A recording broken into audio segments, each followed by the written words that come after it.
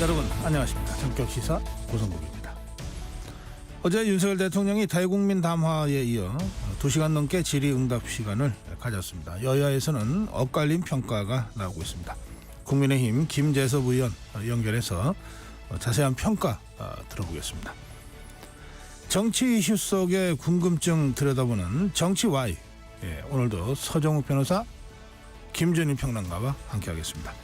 미국 대선 이슈도 좀 살펴보겠습니다. 트럼프 2기 행정부가 아주 강력한 자국 산업 보호 노선, 이로 인해서 우리 경제에 상당한 충격파가 있을 거란 관측입니다. 외교 통상 전문가 이화여대 법학전문대학원 최원목 교수와 함께 이 문제 짚어보겠습니다. 한 주간의 화제 소식들 키워드로 전해드리는 뉴스 키워드도 준비되어 있습니다. 11월 8일 금요일 전격시사 출발합니다.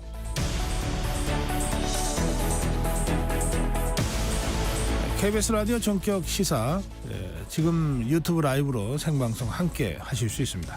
문자 참여해 주십시오. 짧은 문자 50원, 긴 문자 100원, 샵 9730입니다. 콩 어플 무료입니다.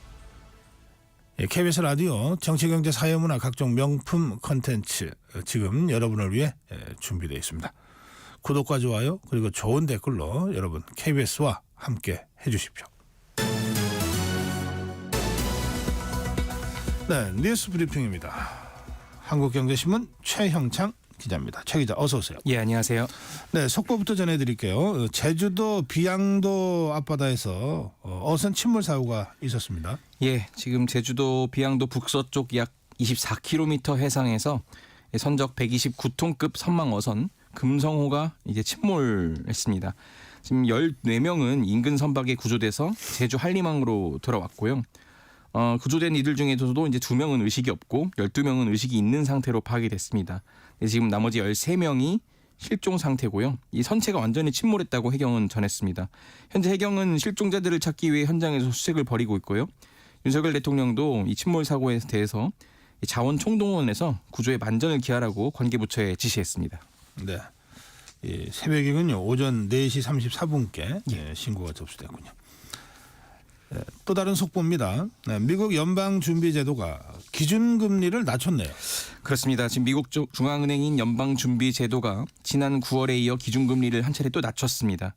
지난 9월 0.5%포인트 이른바 빅컷을 단행했던 연준이 오늘은 0.25%포인트 낮췄습니다. 이에 따라 미국 기준금리는 4.75에서 5% 수준에서 4.5에서 4.75%로 내려갔습니다. 3.25%인 한국과의 금리 격차도 1.5%포인트로 줄었습니다. 네. 파월 의장은 이 연준의 양대 목표인 최대 고용과 물가 안정이 이루어지고 있다고 평가했는데요. 12월 금리 인하 가능성에 대해서는 이 고용과 인플레이션 보고서를 포함해 남은 6주간 데이터를 보고 결정하겠다면서 좀 중립적인 입장을 밝혔습니다. 네.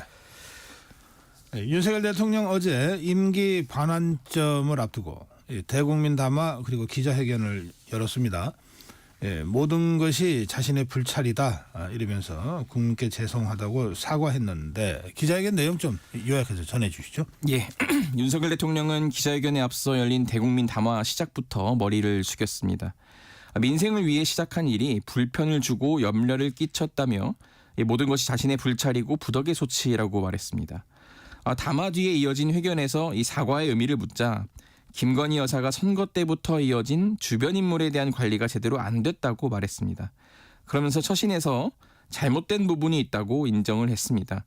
특히 자신과 김 여사가 개인 전화로 소통을 이어가며 각종 논란이 불거졌다는 지적에 대해 책임을 인정하며 소통의 방식을 바꾸겠다고 약속을 했습니다.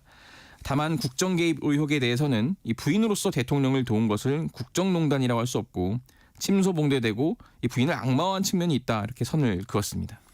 야당이 주장하는 특검에 대한 입장도 나왔죠.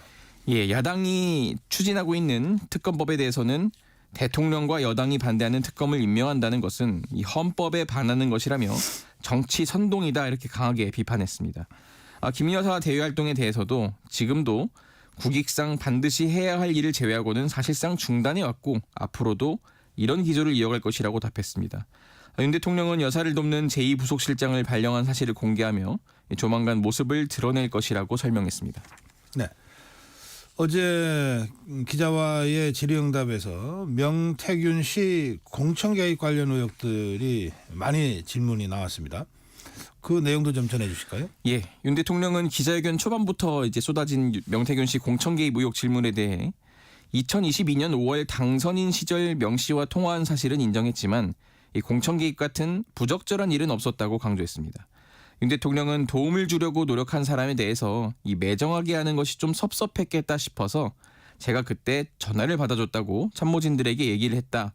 명 씨와 관련해서 부적절한 일을 한 것도 없고 감출 것도 없다 이렇게 말했습니다. 네. 당선인 시절 이제 인사와 외교사절 면담 등으로 시간적 여유가 없었고 심지어 당시 공천관리위원장이 윤상은 의원이 아닌 이 정진수 비서실장인 줄 알았다고도 말했습니다. 명 씨와의 통화 녹취 내용에 대해서는 잘 기억이 나지 않는다고 했고요.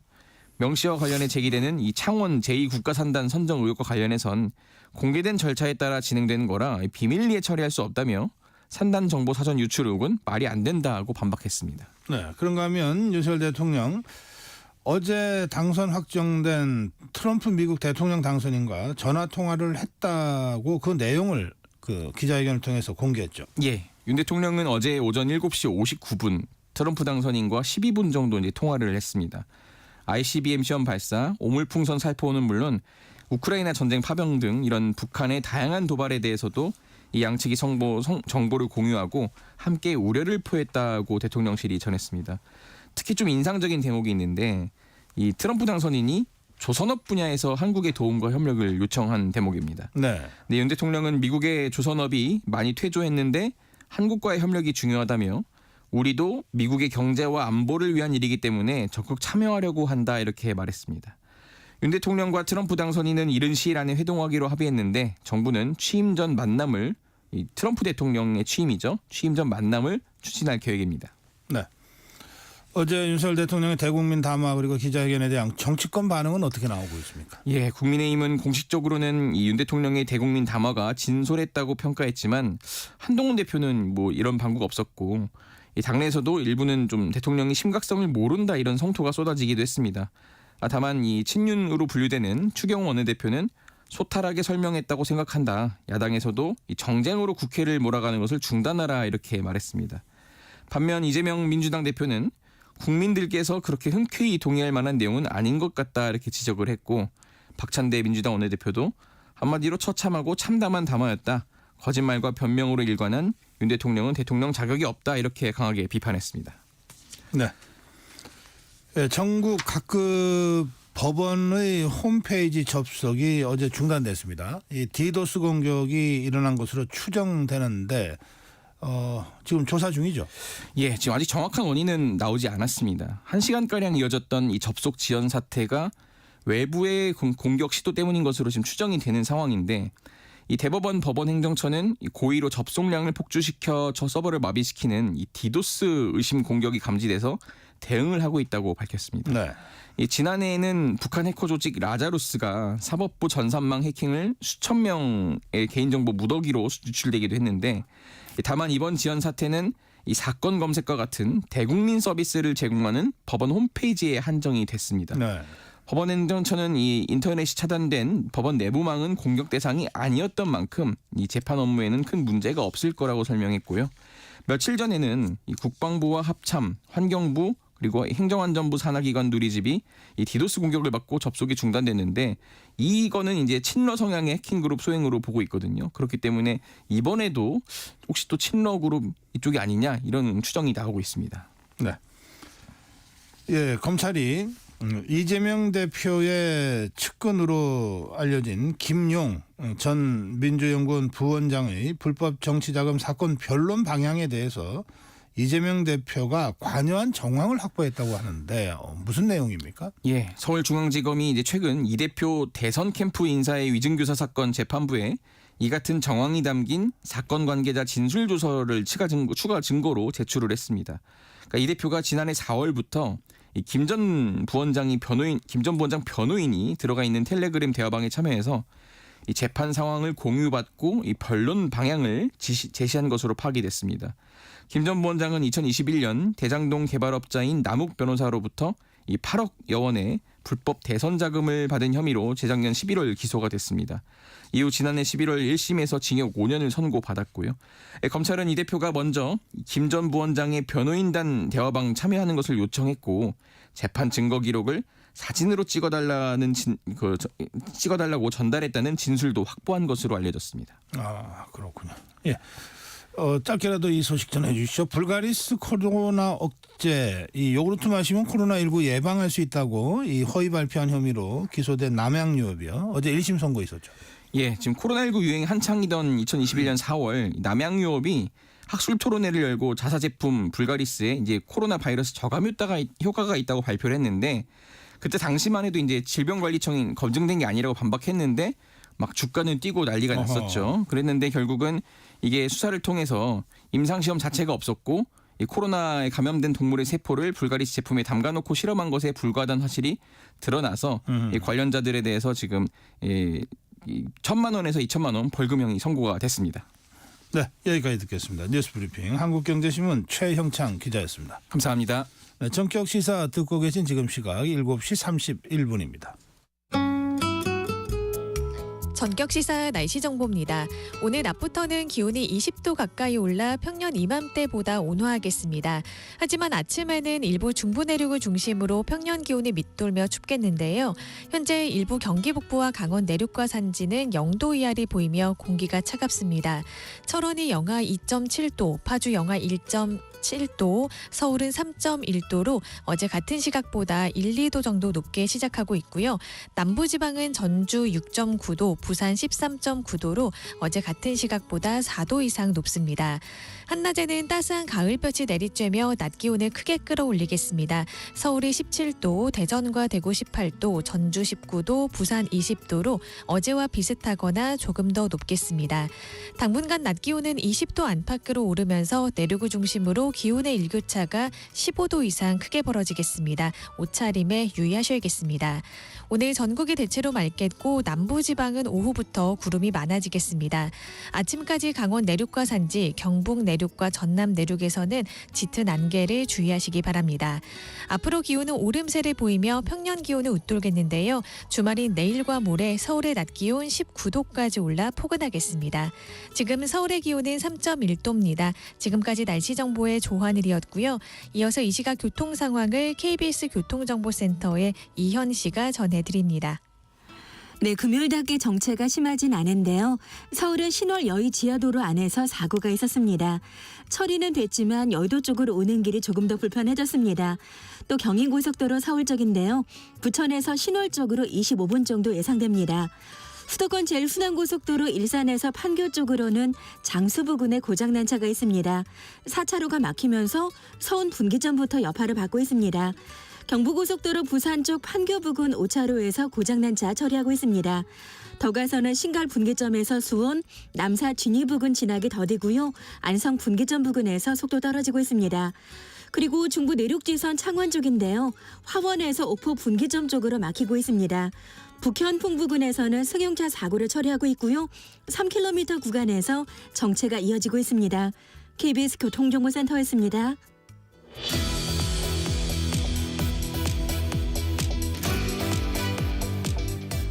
네, 어제 있었던 윤석열 대통령의 기자회견에 대해서 평가해 보겠습니다. 국민의힘 김재섭 의원 전화로 만나보겠습니다. 의원님 안녕하십니까? 네, 안녕하세요. 도봉구의 김재섭입니다. 네, 서울시 도봉구 갑지역 김재섭 의원입니다. 오랜만입니다. 네, 이제 잘 지내셨죠? 네. 오랜만에 인사드립니다. 예. 어제 윤석열 대통령 기자회견과 기자와의 그 2시간에 걸친 그 대화 토론이 있었습니다. 어떻게 보셨습니까?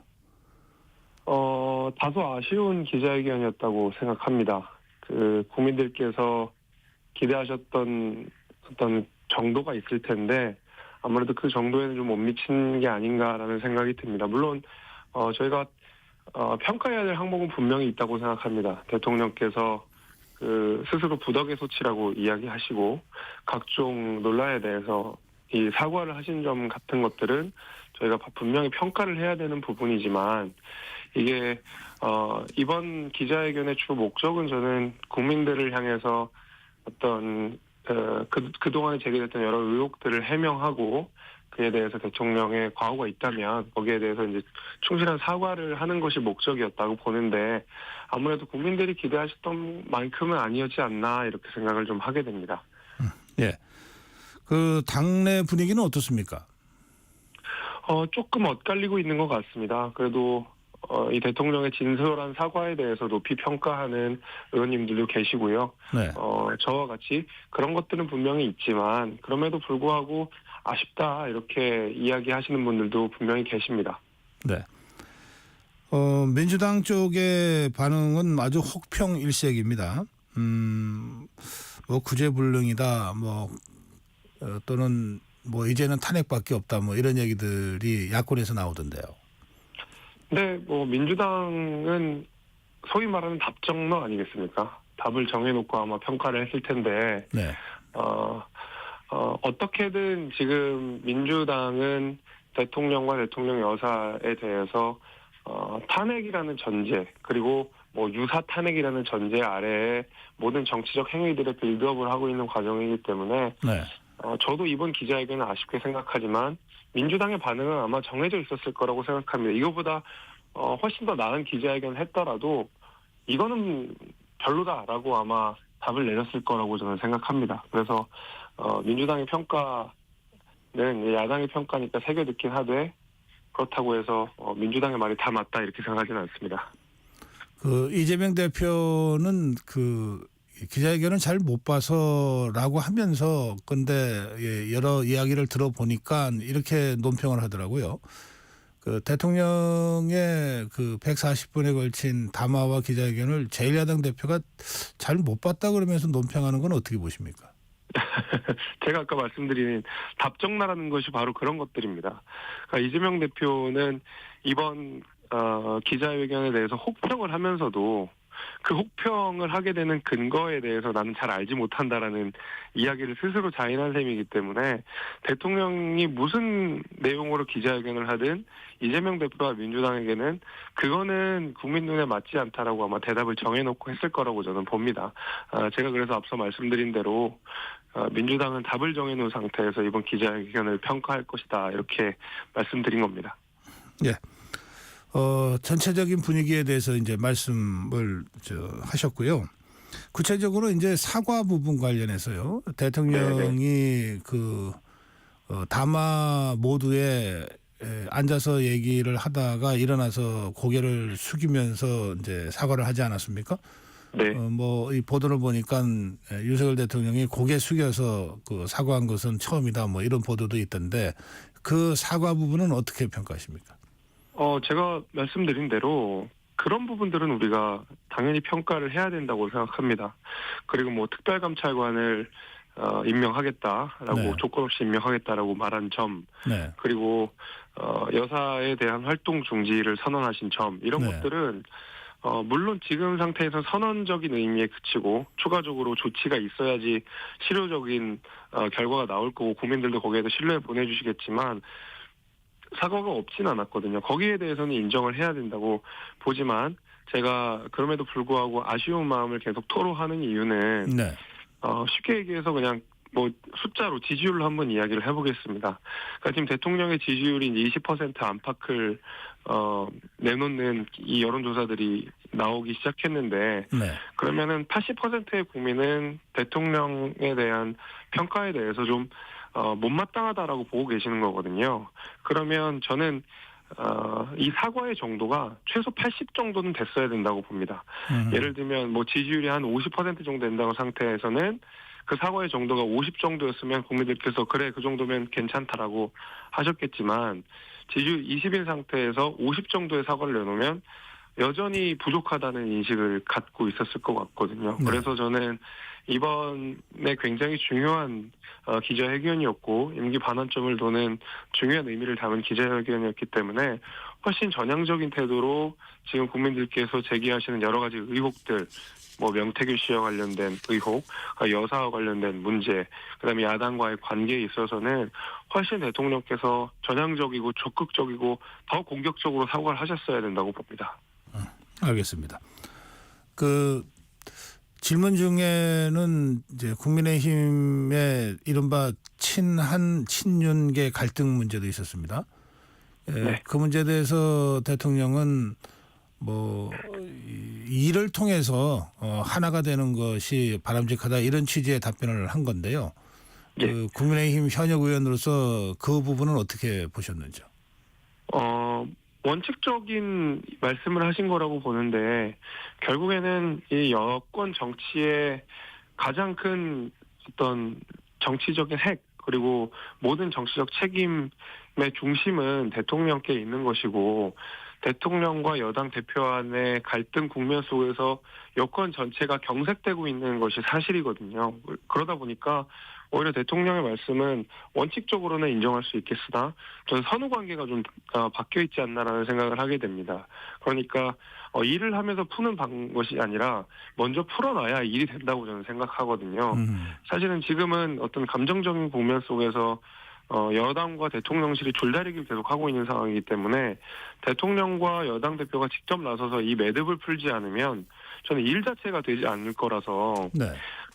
일이 되게 하려면 오히려 먼저 풀고 나서 이 일을 진행할 수 있지 않을까. 그래서 저는 선후관계가 좀 바뀌지 않았나라는 생각을 또 원내 입장에서 하게 됩니다. 네. 그러면 어떤 방법들이 있을까요?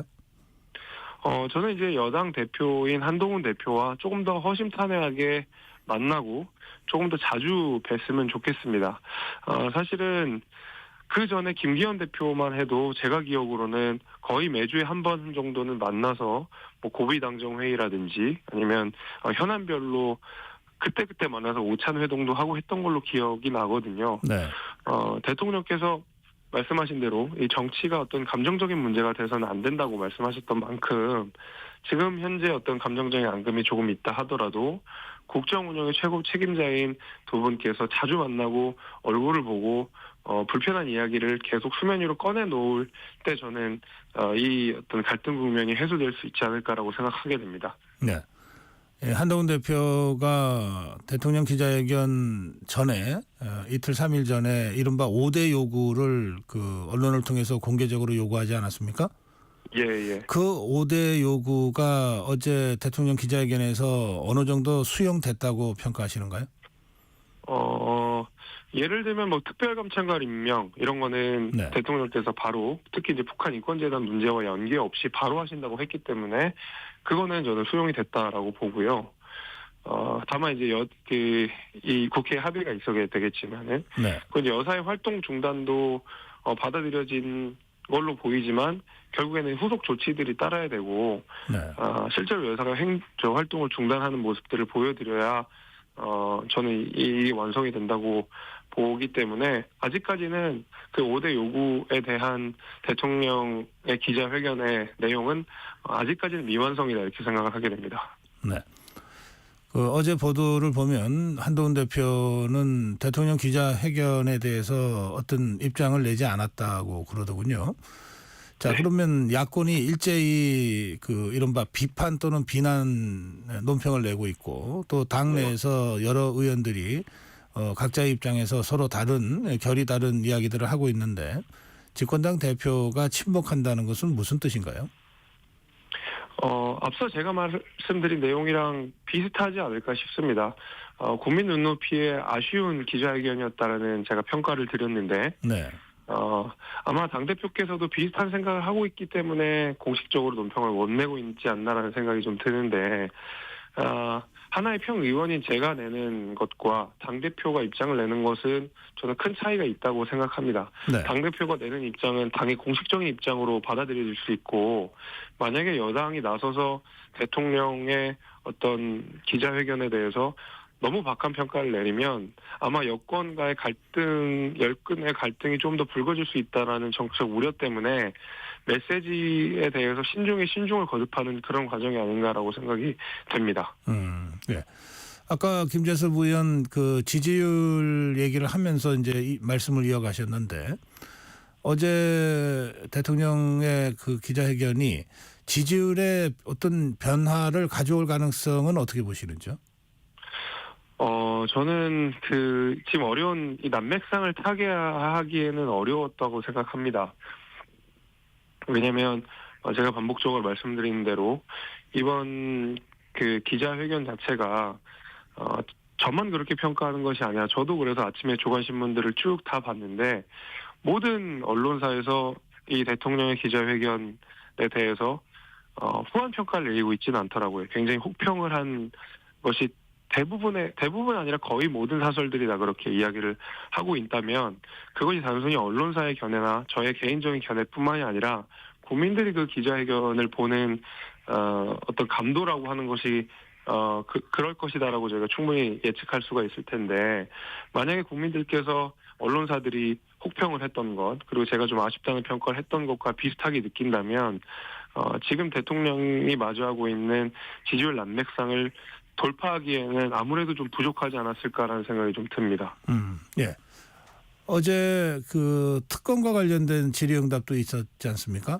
네. 그런데 더불어민주당은 그 기자회견 직후에 다시 그 특검을 강력하게 주장하고 나섰습니다. 이 특검 문제는 어떻게 처리가 될 것 같습니까? 이게 이제 여사에 대한 의혹이 말끔하게 처리되지가 않고 수사가 지지부진한 상태에서 뭐 불기소 처분이 이루어지다 보니까 이게 어떤 법적인 문제를 넘어서 정치적인 현안으로 등장을 해버렸고 그 불만들이 계속 누적이 되고 있는 상황이다 보니까 그 약한 고리를 민주당은 계속 공격을 하고 있는 그런 상황인 것 같습니다. 대통령께서 말씀하신 내용이 원칙적으로는 맞는 내용이라고 생각합니다. 이게 야당만이 추천하는 특검은 당연히 위헌적인 요소가 있고 그 역시는 당연히 여권에서 받아들일 수 없는 겁니다. 그게 지금 민주당이 내놓은 특검이라고 하는 것이 대통령과 대통령실 그리고 여당 의원 전체에 대한 압수수색을 가능하게끔 하는 그런 법안이거든요. 왜냐하면 여사와 관련된 특검인데 거기에 그 안에는 국민의힘 공천 내용을 반드시 넣겠다는 태도로 지금 민주당은 이 특검 법안을 들이밀고 있는 상황인데 공천이라고 하는 것이 국민의힘 108명 의원 중에 공천을 안 받은 의원이 있습니까? 아무도 없거든요. 그러면 다시 말해서 그 특검은 공천을 받았던 모든 여당 인사들 그리고 대통령과 같이 일하고 있는 대통령 참모들에 대한 압수수색, 수사를 가능하게 만든다는 그런 법안이기 때문에 이거는 보수 진영 전체를 절멸시키겠다는 목적이 다분한 법안이라 저희가 그런 위헌적인 법안을 받아들일 수는 없습니다. 그러나 대통령께서 특검 자체가 위헌이다라고 하면 이것이 자칫 잘못된 인상도 줄 수 있다고 생각하거든요. 특검이 가진 위헌성을 잘 짚어주시긴 했지만은 특검 자체가 위헌이다 이렇게 이야기를 하시면 과거에 특별검사로서 활동했던 윤석열 대통령의 모습을 기억하는 국민들께서는 다소 의아해할 수 있다. 좀 어리둥절하실 수 있다. 이런 생각도 좀 들었습니다. 예. 지금 더불어민주당에서는 그 한동훈 대표에게 이제 11월 14일 본회의에서 이 특검 처리를 예고해 놓은 상황에서 이른바 독소조항 문제까지 포함해서 얼마든지 좀 대화하고 타협할 수 있다. 함께 손잡고 특검 관철하자. 이렇게 지금 여러 차례 권유형 제안을 하고 있는 것 같은데 이 문제에 대한 그 한동훈 대표나 국민의힘의 입장은 어떻습니까? 민주당의 특검이라고 하는 것이 어느 범위까지 어떤 독소조항을 제거하겠다는 건지 모르겠는데 민주당이 내놓는 특검 안에서는 독소조항뿐만 아니라 위헌적인 요소들이 다분히 있기 때문에 과연 그것이 뭐 매끄럽게 조율이 될지는 사실 저는 확신하기는 좀 어렵습니다만은 적어도 한동훈 대표 입장에서는 지금 여사와 관련된 그리고 뭐 명태균 씨와 관련된 여러 가지 정치적 의혹들을 뭔가 돌파해내야 되는 정치적인 숙명을 가지고 있기 때문에 뭐 민주당이랑 협상을 해서 뭔가 특검을 협상해서 돌파하는 방식도 있겠지만 아마 저는 다른 방식이 훨씬 더 좋지 않을까 그렇게 생각합니다. 어떤 방식이죠? 글쎄요, 저도 좀 고민이긴 한데요. 그렇다고 해서 저는 특검 이것만이 돌파구다 이렇게 생각하지는 않습니다. 지금 더불어민주당에서는 이번 세 번째 특검을 강행할 경우에 어제 기자회견에서도 대통령의 입장이 아주 분명하게 나왔지만 다시 제2요구권을 행사할 것이고 그렇게 되면 재표결로 가는데 이번 재표결에서는 이른바 이탈표가 지난번에 나온 4표 이상으로 더 나와서 가결될 가능성도 있다. 이렇게들 그 전망도 하고 주장도 하는 것 같더라고요. 저는 오히려 민주당에서 양심적인 분들이 반대표를 던질 가능성도, 그러니까 민주당의 이탈표도 분명히 많을 거라고 생각합니다. 그건 또 왜 그렇죠? 그러니까 법률을 전공하고 그다음에 헌법을 준수하는 국회의원의 입장에서 민주당이 내놓은 법안이지만 이 법안 자체에 대해 위헌성을 인지하고 있는 의원님들도 민주당 의원님들 계실 거거든요. 네. 저는 그러면 그분들이 오히려 반대를 하는 소위 반대편의 반대 이탈표가 나올 수 있는 거죠. 그 국민의힘에서 그 추가로 이탈표가 더 나올 가능성은 없다고 지금 보시는 것 같습니다. 제가 의원들 내심의 의사를 다 살필 수는 없지만 적어도 이 특검이 가지는 위헌성, 제가 아까 말씀드린 대로 여권 전체를 절멸시키고 108명 현역 의원들에 대한 압수수색을 가능하게 하는 그런 정치적 목적이 담긴 법안이기 때문에 실제로 민주당 의원님들께서 우리 국민의힘 의원님들께서 익명이라고 해서 뭐 입장을 바꾸거나 하기는 바꿀 것 같지는 않습니다. 자, 이런 상황에서 더불어민주당은 지금 장내외 그 병행투쟁을 하고 있거든요. 국회에서는 계속 특검법을 강행 처리하는 식으로 윤석열 대통령을 압박하고 있고, 그러면서 지난 주말 토요일 날 집회에 이어서 이번 주 토요일도 집회를 하겠다 그러고요. 또 다음 주 토요일은 뭐 조국 혁신당과의 연대 집회를 추진하고 있다. 이런 보도들이 나오고 있습니다. 더불어민주당의 이 장내외 그 병행 투쟁 전략, 이거 어떻게 보십니까? 참 못났다고 생각합니다. 이게 원래 장외투쟁이라고 하는 것이 우리 정치 역사에서 보게 되면 소수 야당이 국회에서 할 수 있는 일들이 없을 때, 정치적으로 무언가를 해내기 어려운 상황 속에서 또 국민들의 민심을 얻어서 압박하는, 그러니까 장외에서 압박하는 수단으로서 마지못해 활용되었던 걸 생각하면 지금 민주당은 절대 우위의 다수석을 가지고 있고요. 원하는 법안들을 마음대로 통과시킬 수 있는 힘도 있고요. 그리고 민주당이 늘 잘하는 것처럼 당원이 몇 명이다, 이런 상황 속에서 지금 장외 집회를 한다? 일단 그 장외 집회가 가지는 정치적 명분이라는 것이 굉장히 저는 미약한 상황이라고 보고요. 네. 또 과거에 이제 민주당은 2016년 박근혜 대통령 탄핵 모델을 생각하면서 장외 집회를 이어가고 있는 것으로 보이는데, 그 당시에는 시민들이 먼저 집회를 하고 나중에 정치권이 참여를 했어서 불을 붙였던 상황이었거든요. 네.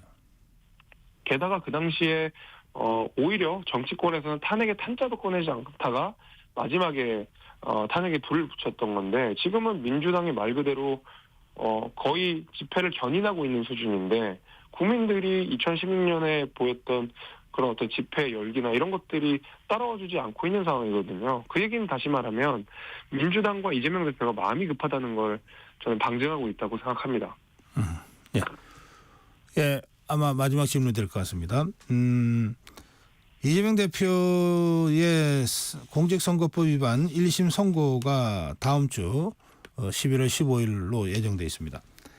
지금 국민의힘에서는 선고 재판 공개, 생중계를 주장하고 있는데 더불어민주당에서는 반대죠. 어떻게 보십니까? 반대를 하는 이유는 저는 잘 모르겠습니다.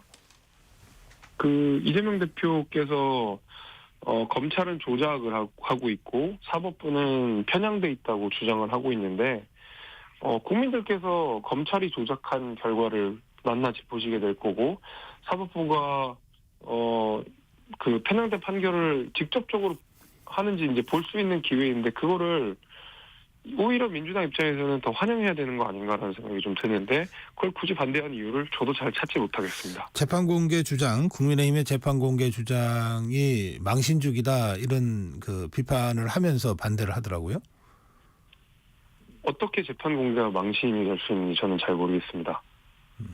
네. 그게 망신이라고 하는 것은 망신당할 어떤 내용이 있을 수 있다라는 내용인데, 이재명 대표는 전혀 깨끗하다는 거 아닙니까? 그리고 증거도 조작됐다는 거 아닙니까? 그런데 망신당할 일이 뭐가 있는지 저는 그것도 이해하기 어렵습니다. 알겠습니다. 김재수 의원님, 상임위는 어디신가요? 저는 금융과 기업을 담당하고 있는 정무위원회 하고 정무위원회군요. 있습니다.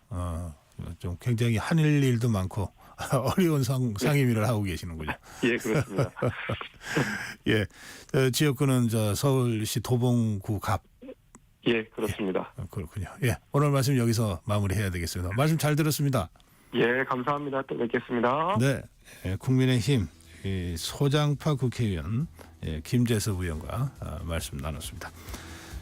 정격시사 1부는 여기서 마무리하겠습니다. 정격시사 2부에서는 Y 정치는 왜 서정욱 변호사 김준일 평론가와 함께하겠습니다.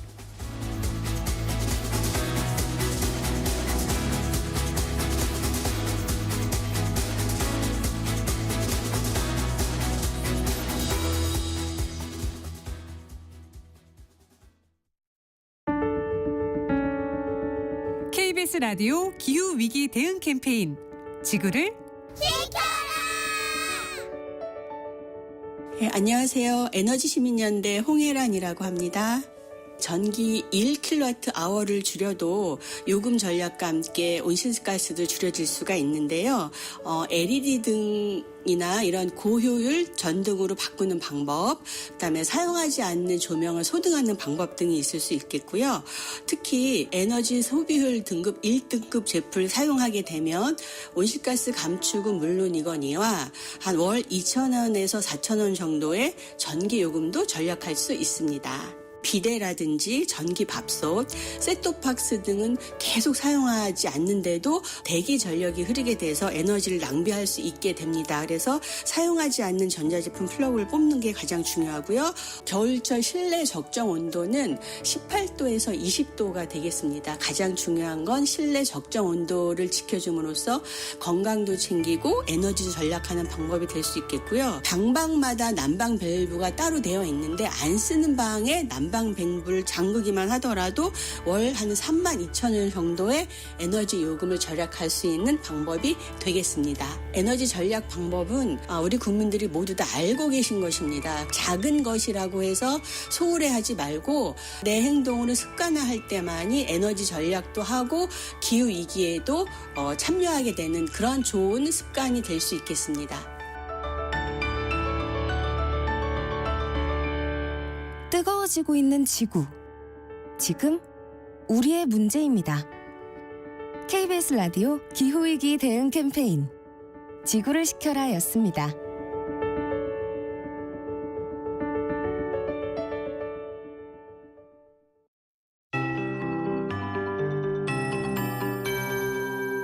KBS 58분 날씨. 오늘 아침 출근길에도 따뜻하게 입으셔야겠습니다.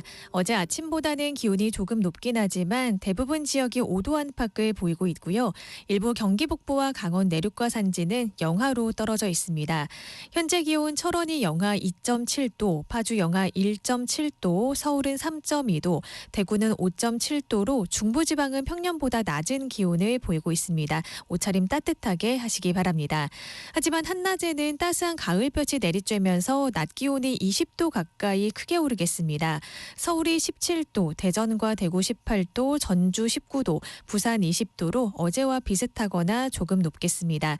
당분간 낮 기온이 20도 안팎으로 오르면서 내륙을 중심으로는 기온의 일교차가 15도 이상 크게 벌어지겠습니다. 옷차림에 유의하시기 바라고요. 건강관리도 잘 하셔야겠습니다. 오늘 전국이 대체로 맑겠고 남부지방은 오후부터 구름이 많아지겠습니다. 아침까지 강원 내륙과 산지, 경북 내륙과 전남 내륙에서는 짙은 안개를 주의하셔야겠습니다. 내일은 전국이 대체로 맑겠고요. 제주도는 대체로 흐리겠습니다. 모레 제주도에는 비가 조금 내리겠고요. 앞으로 기온은 오름세를 보이겠습니다. 주말인 내일과 모레 서울의 낮 기온 19도까지 올라 포근하겠습니다. 현재 서울의 기온은 3.3도입니다. 조하늘입니다.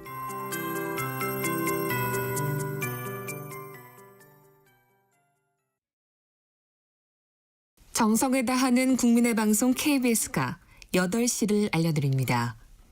AM 711kHz, FM 97.3MHz, KBS 1라디오입니다. HLKA.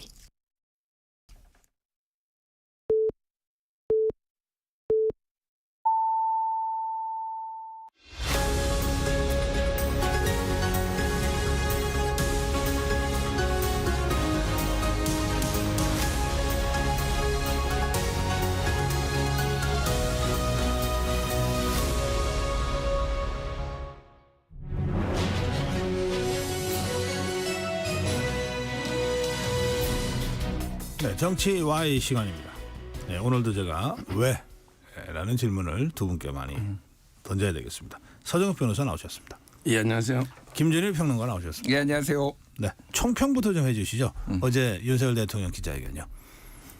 뭐 저는 점수로 매기면요. 네, 96점을 주거든요. 96점. 왜냐하면 이제 그 질문이 26개인지 7개예요. 근데 계산하기 편하게 25개로 보면 제가 보기엔 나머지는 다 아주 잘했다고 봐요, 답변을. 근데 이거 하나가 좀 저는 아쉬운 게요. 뭐냐면 국회 시정연설이에요. 시정연설은 이제 그 안 갖는 걸 설명했는데 아무리 야당이 모욕하고 멸시하고 하더라도 국민한테 설명하는 거니까 시정연설은 돌을 맞더라도 가겠다는데 설마 돌이야 던지겠습니까? 따라서 그 부분은 이제 안 간 게 잘못이다. 다음에는 꼭 가겠다. 그거 하나 빼고는 전부 저는 설명이 잘 됐다 봐요. 그래서 한 96점 정도 줍니다. 김준일 평론가, 이 저 점수로 숫자로 말씀을 하시니까 숫자로 말씀해 주세요. 96점에서 충격 먹었습니다. 아니 원래 다 사람이 좀 다 다르긴 하지만 이렇게까지 다를 수가 있구나. 저는 한 뭐 30점 정도 드릴게요. 예. 그러니까 30점을 드린 이유는 네. 사과를 했다. 뭐 대통령한테 사과받기 이렇게 뭐 받으려고 하는 게 아니라 본인이 잘못한 게 있으면 사과를 하는 게 당연한 건데 이렇게 힘든가? 제가 뭐 우리 서정욱 변호사님이 더 이 용산의 분위기는 잘 아시겠지만 제가 듣기로는 용산 참모들이 사과해야 된다. 사과라는 표현을 써야 된다라고 강력하게 얘기를 했다라는 거예요. 예전에 그 이제 엑스포 유치 실패했을 때 그때는 죄송하다는 마음이 든다. 다 제 불찰이다라고 얘기를 했어요. 근데 사과라는 표현을 안 썼기 때문에 처음으로 사과라는 표현을 쓰고 고개를 숙인 거. 요거는 이제 아주 전략적이었다 쉽게 얘기를 하면은. 왜냐하면은 이제 그 부분을 집중적으로 또 말씀하시는 분들이 이제 서정욱 변호사님 같이 이런 분들이 있기 때문에 그런 건데 그러니까 쉽게 얘기를 하면 어저께 그 이 기사의 베스트 댓글이 그런 거였어요. 뭐였냐면은 사과라고 해서 하기는 하는데 뭘 잘못했는지 모르겠다. 이게 좋아요 베스트 댓글로 올랐는데 뭐 본인이 마지막에 보면 부산일보 기자랑 경향신문 기자가 물어보니까 구체적으로 그럼 어떤 건지를 얘기해 달라라고 하니까 뭐 그냥 두루뭉술하게 얘기를 하잖아요. 정확하게 뭐 이렇게 얘기를 했어요. 뭐가 잘못한 거냐고 짚으면은 내가 그 팩트에 대해서 얘기하고 사과를 하는데 너무 많다. 그 많은 거에 대해서 내가 어떻게 하느냐라고 하면 사람들이 이거를 진정성 있게 받아들일지 참 의문입니다. 네. 그 사과라는 단어, 그 지금 우리 김준일 평론가는 용산 대통령실 참모들이 강하게 그 주장했다고 하셨는데 어제 대통령 기자회견 내용 중에는 그 사과라는 단어를 가장 강하게 주장한 사람은 김건희 여사더군요. 대통령이 그렇게 설명을 했으니까. 예. 자, 이 총평이 점수 차이가 너무 많이 나서 96점 대 30점입니다. 그리고 총평을 하시면서 어떤 점이 좋았고 어떤 점이 아쉬웠다 뭐 이런 말씀들도 다들 하신 셈인데 그래도 어떤 점을 제일 높게 평가하십니까? 96점 중에서도 또 어떤 점이 제일 문제라고 보시는지 조금 전에 말씀을 하셨지만 예. 아쉬운 거는 이제 그 국회 시정연설 안 간 부분 설명하는 거 있잖아요. 말씀하셨고요. 이야기했고요. 저는 가장 좋은 게 그 어제 국정농단의 국어 사전을 바꿔야 된다. 이 말이에요. 예를 들어 이제 그 김건희 여사가 대통령한테 그 이번에는 사과를 좀 많이 해라. 또 자화자찬 자랑하지 말고 이렇게 선소리를 했잖아요. 이게 결국 국정 개입입니까? 대다수 이럴 거예요. 우리 유경수 여사도 그렇지만 영부인은 이제 그 대통령실 내에서 야당 역할을 합니다. 민심을 전달하면서 쓴소리하는 거예요. 이런 걸 이렇게 국정농단을 하면 안 되죠. 야당은 이게 자세한 내용도 알 수가 없어요. 부부 사이 문제는 국정농단인지 쓴소리인지는 대통령이 제일 잘 압니다. 대통령이 이거는 그 쓴소리다. 국정농단 사전을 바꿔야 된다. 저는 이렇게 강하게 해명한 거 있죠. 이게 가장 설득력이 와닿았습니다. 인상적이었다. 예. 김준일 평론가. 아니 사실 이게 처음부터 끝까지 너무 이게 지적할 게 많은데, 그러니까 제가 이거 요약을 해볼게요. 그러니까 이게 박절하지 못했다 시즌 2가 될 수도 있겠다. 뭐 이런 얘기들이 우려들이 나왔죠. 그래서 여당 내에서도 쓰지 않아야 되는 단어가 뭐 이를테면 박절 뭐 이런 거에 나왔잖아요. 근데 이제 어제 나왔던 표현이 이러면 어제 대통령의 말씀을 요약을 하면은 김건희 여사는 순진해요. 그런데 악마화 당하고 침소봉대다. 그리고 대통령 본인은 매정하지 못해서 명태균에 더나 통화는 했지만은 본인은 기억이 안 나고 공천을 주라고 한 육성이 있지만은 공천 개입은 아니다라고 얘기를 했고요. 특검은 이거는 정치 선동이고 삼권분립 위반이다, 반위헌적이다, 위헌적이다 이렇게 얘기를 했습니다. 그러니까 이게 대통령의 현실 인식. 지금 가장 문제를 삼고 있는 게 김건희 여사의 국정 개입 얘기잖아요. 지금 유경수 여사 얘기를 했는데 이거는 보수층을 조금 비교를 해가지고 자극하려고, 그러니까 좀 우호적인 여론을 얻으려고 한 것 같은데 오히려 저는 이게 부메랑이 될 것 같아. 어디 유경수 여사랑 비교를 해? 이런 얘기. 유경수 여사가 예를 들면은 뭐 공천을 선물로, 의혹이지만 공천은 누구한테 선물로 줬습니까? 뭐 마포대교에 가가지고 교통 흐름 다 막고 뭐 공무원들 지시를 했습니까? 뭐 6라인이 그러면 청와대 그때 박정희 정부 때 있었습니까? 그러니까 비교를 할 거래야죠. 그러니까 이게 말도 안 되는 이런 비교를 하니까 국민들이 좀 벙칠 수밖에 없는 거죠. 근데 공천은 하나 반박을 해야 되는 게요. 예를 들어 대통령이 뭐 정진석 의원인 줄 알았다고 저는 윤상현 의원이 공관위원장도 몰랐대요. 저는 그게 거짓말로 해명을 안 보입니다. 그 당시가 이제 지방선거 그러니까요. 때인데 지방선거 공천은 정진석 공관위원장이 그리고 그 함께 했던 몇몇 지역의 국회의원 재보궐선거는 윤상현 의원이 공관위원장을 이렇게 각각 맡았었거든요. 그런데 몇 개 안 되니까 재보궐선거. 그러니까 윤상현 공관위원장 부분은 거의 보도가 잘 안 됐어요. 그러니까 대통령이 이걸 몰랐다고 하잖아요. 이거는 저는 상당히 설득력이 있고 그런데 어떻게 개입합니까? 지금 우리 그 평론가님은 뭐 육성이 넣었다는데 그 육성이요. 명태균 씨하고 대화합니다. 예를 들어 이제 대통령이 윤상현 의원한테 전화해가지고 공천을 주라. 이게 넣었으면 저도 인정합니다. 그런데 명태균 씨한테는요. 덕담합니다. 저도 예를 들어 제가 이제 판검사한테 변호사다 보니까 부탁을 하잖아요. 의뢰인들이 막 읍소가 오면 잘 부탁했습니다. 근데 실제 전화하기 어렵거든요. 판검사한테. 이렇게 의례적으로 합니다. 국회의원들도 그래. 뭐 민원을 하면 아이고 내가 이게 전화해 봤는데 고생했는데 말을 잘 안 된다 이런 식으로 해주잖아요. 따라서 명태균 씨한테 대통령이 덕담 차원 한 걸 가지고 마치 이게 공천 개입을 단정하면 안 되고요. 저는 실제 윤상현 의원하고는 이게 전혀 개입한 직접적인 증거가 없다 이래 봅니다. 자, 그 기자회견 직후에 정치권의 반응들이 막 나왔습니다. 되게 예상된 반응이라고 해야 됩니까? 근데 저는 좀 예상 외의 반응도 있었다고 보는데 우선 이를테면 한동훈 대표의 침묵은 전 예상 못했어요. 뭐 가부간의 입장이 있을 거라고 생각했는데 입장이 없어서 제가 좀 의아하게 생각하게 됐고요. 또 이재명 대표는 처음부터 끝까지 꼼꼼히 보고서 논평을 할 거라고 생각했는데 잘 못 봤다고 얘기를 하면서 전원 형식으로 논평을 한 것도 참 제가 의아하게 생각합니다. 이 양당의 대표의 반응을 저는 좀 이해하기가 어려웠는데 어느 쪽이든 간에 내용과 상관없이 두 분은 지금 정치권 반응을 어떻게 평가하십니까? 예, 김준일 평론가. 뭐 이제 언론 보도나 이제 방송에서 한동훈 대표의 반응은 이제 전원으로 지금 알려진 거에 따르면 일단은 벙쪘다. 한동훈 대표가 벙쪘다. 이거를 보고 이렇게 얘기를 했다라는 거고 또 하나는 보다가 중간에 나갔다라는 거예요. 예, 이거 TV로 보다가.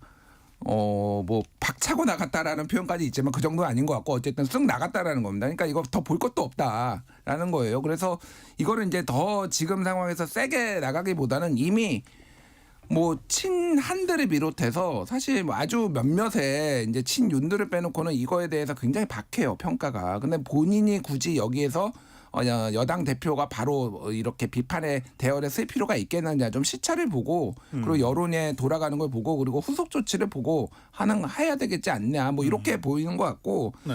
이재명 대표 같은 경우에는 뭐 비슷한 맥락인데 이재명 대표도 보다가 나갔습니까? 그건 모르겠어요. 그거는 저는 모르겠고요. 바빠서 못 보실 수도 있죠. 재판 준비해야 되니까. 뭐 여러모로 바쁘신 분이니까. 근데 이제 굳이 이재명 대표가 여기에 말을 이제 얹으려고 할 필요가 있을까? 그러니까 이재명 대표의 최근의 기조는 어쨌든 정부를 비판을 하지만은 탄핵이나 이런 거하고는 좀 거리를 두고 그리고 어쨌든 좀 정제된 방식으로 하자 이런 식으로 지금 하고 있잖아요. 그런 어떤 기류가 좀 반영된 게 아닌가. 뭐 그 외에 박찬대 원내대표라든지 대변인들이라든지 이미 수없이 많이 비판을 하고 있기 때문에 그런 차원에서 좀 절제한 것 같습니다. 네. 저는 제가 제일 좋아하는 시가 그 만해 한용운의 그 님의 침묵이거든요. 한용운의 침묵은 긍정적이에요. 근데 한동훈의 침묵은 저는 상당히 감복이 아주 부정적입니다. 한동훈의 침묵하고 한용운의 침묵이 달라요. 지금 이게 여론을 떠보고 간을 보고 있는 거예요. 여론이 어디로 흘러가는가. 이게 무슨 이렇게 소신이 없어서 어떻게 대표를 합니까? 그게 문제가 있고 그다음에 그 이재명 대표는 똑같은 것 같아요. 지금 계속 일주일에 그 대장동 재판을 계속하고 있습니다. 그다음에 그 선고도 앞두니까 재판 외에는 딴 데 신경 쓸 틈이 없었겠죠. 진짜 바빠서 못 봐서. 진짜 재판을 지금도 재판을 일주일에 그렇군요. 두세 번씩 하니까요. 네, 제 의문이 풀렸습니다.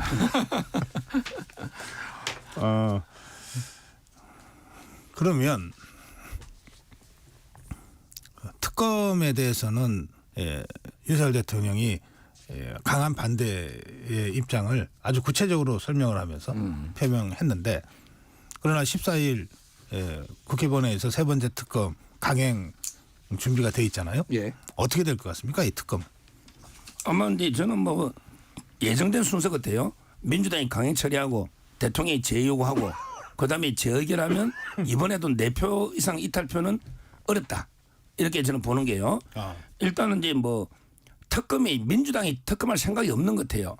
민주당이 지금 13, 14개를 하고 있거든요. 네. 제가 민주당의 책사라면 딱 도이치모터스나 한 핵심적인 한 2-3개만 하고 제3자가 중립적으로 추천합시다. 이러면 이게 이탈표가 나올 거예요. 그런데 지금 13, 14개를 막 말도 안 되게 밀어붙이잖아요. 특검이란 게 뭐 만능입니까? 한 개가 3, 4년 걸립니다. 도이치모터스만 4년 6개월 걸렸잖아요. 그런데 13개를 특검을 뭐 20년 할 겁니까? 30년 할 겁니까? 제 말에 민주당은 특검 공세만 하지 진짜 특검할 생각이 없다. 있으면 2-3개 가장 핵심적인 걸로 중립적으로 하면 아마 이탈표가 명분에서 많이 놓을 거예요. 이런 식으로 무지막지하게 오면 이탈표가 안 놉니다. 예. 그러니까 뭐 도이치모터스 주가 조작 예를 드셨는데 그게 이제 4년 6개월이 걸린 이유는 처음에 이게 의혹 고발이 들어오고 의혹이 터졌을 때는 검찰총장 배우자니까 수사가 안 되고 그다음에 대선 후보니까 수사가 안 되고 대통령이니까 수사가 안 된 거잖아요. 뭐 이거를 특검이라는 게 기간이 정해져 있는데 뭐 다 하겠죠. 이미 뭐 거의 모든 증거는 나와 있으니까. 민주당에서 어쨌든 13개 의혹에 대해서 협상 가능하다고 열어놨습니다. 그러니까 이거를 뭐 13개를 다 하겠다라는 게 아니라 이 당내에서 그러니까 국민의힘 내에서의 반발하는 의견들, 다른 의견들에 대해서 한번 협상을 해가지고 이거를 최대한 처리를 하겠다라는 거예요. 그래서 뭐 어떻게 될지 한동훈 대표나 이쪽에서 이제 뭐 특검 안 된다고 하고 있지만 어떻게 될지 봐야 될 것 같고 저도 통과 안 될 가능성이 더 높다고 봐요. 여전히 일단은 기명 투표에서는 안 되고 대통령이 제2요구권 거부권 행사하고 그 다음에 그런데. 비밀 투표에서는 4표보다는 전 더 나을 것 같다. 개인적으로 지난번에 4표보다는 더 나을 것 같지만은 통과가 될 정도로 한 8표 이상이 나올지 10표 이 정도 나올지는 조금 상황을 좀 지켜봐야 될 것 같다 이런 생각이 듭니다. 네. 조금 전에 김재섭 의원하고 대담하면서 김재섭 의원이 이렇게 얘기를 하더라고요. 이번 세 번째 김건희 특검에는 공천 개입 의혹이 들어갔잖아요. 네. 그건 108명 국회의원 전체가 이게 수사 대상이 된다는 거예요. 그러니까 뭐 의혹이니까 누가 개입에 연루됐는지 안 됐는지를 살펴보자면 맞다면 특검이 생각만 먹으면 108명 국회의원 전부를 다 수사할 수도 있게 되는데 이걸 어떻게 국민의힘 의원들이 이거를 통과시켜 줄 수 있냐. 그래서 오히려 이탈표는 줄 거다. 조금 전에 서정훈 변호사 그 분석이 이거는 사실상 하지 말자고 지금 주장하는 것 아니냐라고 하는 것하고도 좀 맥락이 닿는 것 같아요. 공천 개입 하나만 수사해도 1년 내가 안 됩니다. 기록 아무리 도이치모터스가 많이 돼 있어도 기록이 엄청 방대한데 검토하는 데만 한 달 가까이 걸릴 거예요. 따라서 이게 그 특검을 뭐 몇 달 해가지고 13개를 다 한다? 이거는 저희 수사 경험상 있을 수 없는 거예요. 이재명 대표 수사도 몇 년씩 걸렸잖아요. 그러니까 저는 민주당이 정치 공세지 이거는 실효성이 없다 이렇게 보고요. 만약에 특검하면 국회의원만 다 하는 게 아니고 오세훈 시장, 뭐 홍준표, 김진태 그때 2020년 지방선거 있죠. 그때도 모든 단체장들까지 수사 다 해야 됩니다. 이게 가능하겠습니까? 저는 어렵다 봐요.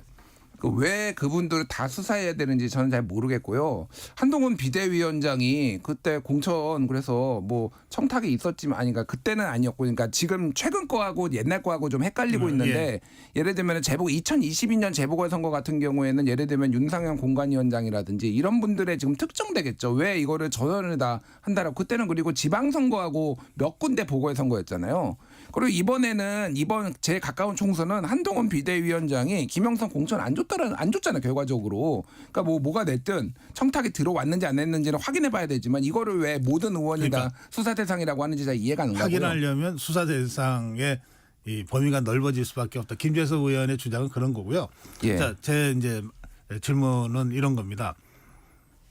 지금 서정욱 변호사가 계속 주장하고 있는 건데 실제로 특검 관철을 꼭 해야 되겠다는 생각보다는 정치 공세로 특검을 계속 얘기하면서 자꾸 이 뭔가 분위기를 탄핵적으로 만들어가려고 지금 하는 거지 진짜 실체적 진실 규명을 위한 특검 이 자체가 진짜 목적이냐 그러면은 이렇게 할 리가 없는데라고 하는 식의 비판을 하시잖아요. 그 부분에 대해서 반론을 하시면 어떻게? 그러니까 그 13개 의혹에서 그러면은 어떤 게 특검 대상에서 빠져야 되는지를 정확하게 얘기를 해주시면은 제가 대통령 표현으로 구체적인 팩트를 좀 가져오시면은 제가 그거에 대해서 하나씩 반박을 할 텐데. 그러니까 예를 들면 그런 거예요. 그러니까 소사 안 할 대상이 있나요? 지금 물론 여기에서 조금 더 무르익지 않았다 뭐 이런 식으로 이제 논쟁이 가능할 수는 있겠지만은 대부분 다 사람들이 의혹을 가지고 있고 국민들이 의혹을 가질 수 있으니까 특검을 하자는 거잖아요.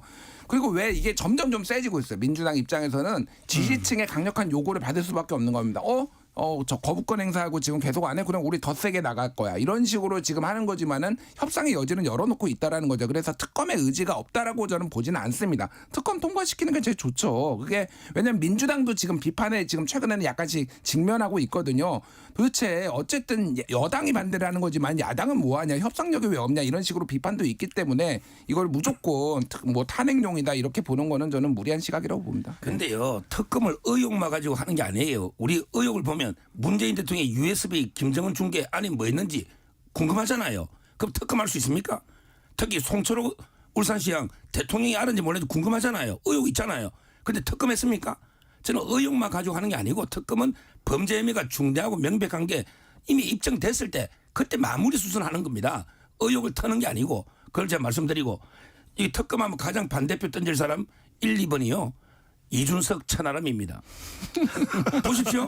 명태균 씨 특검 아닙니까 이번에? 아니 명태균 씨 특검 아닙니까? 그러면 이제 그 전당대회 때 여론 조사가 있었는지, 그다음에 김영선하고 공천 거래가 있었는지, 그다음에 칠불산은 왜 가서 홍미안을 왜 씹었는지 이거 조사 안 하겠습니까? 명태균 특검인데 저는 개혁신당에 3명도 반대표 던지다 봐요. 아니 뭐 그런 주장을 하시는 거는 존중은 하는데 개혁신당에서는 계속 그러면은 지난번에 이탈표가 만약에 개혁신당 3명이 만약에 반대표로 던졌다라고 하면 국민의힘의 이탈표가 7표란 얘기예요.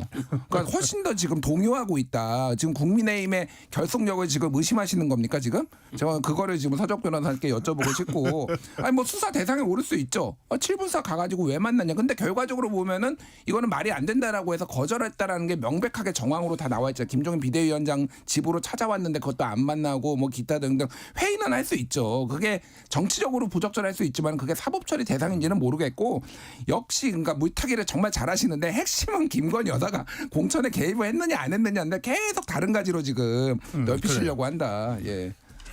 오늘 그 문제의 인물 명태균 씨가 이제 검찰 수사를 받습니다. 근데 입장 표명을 했어요.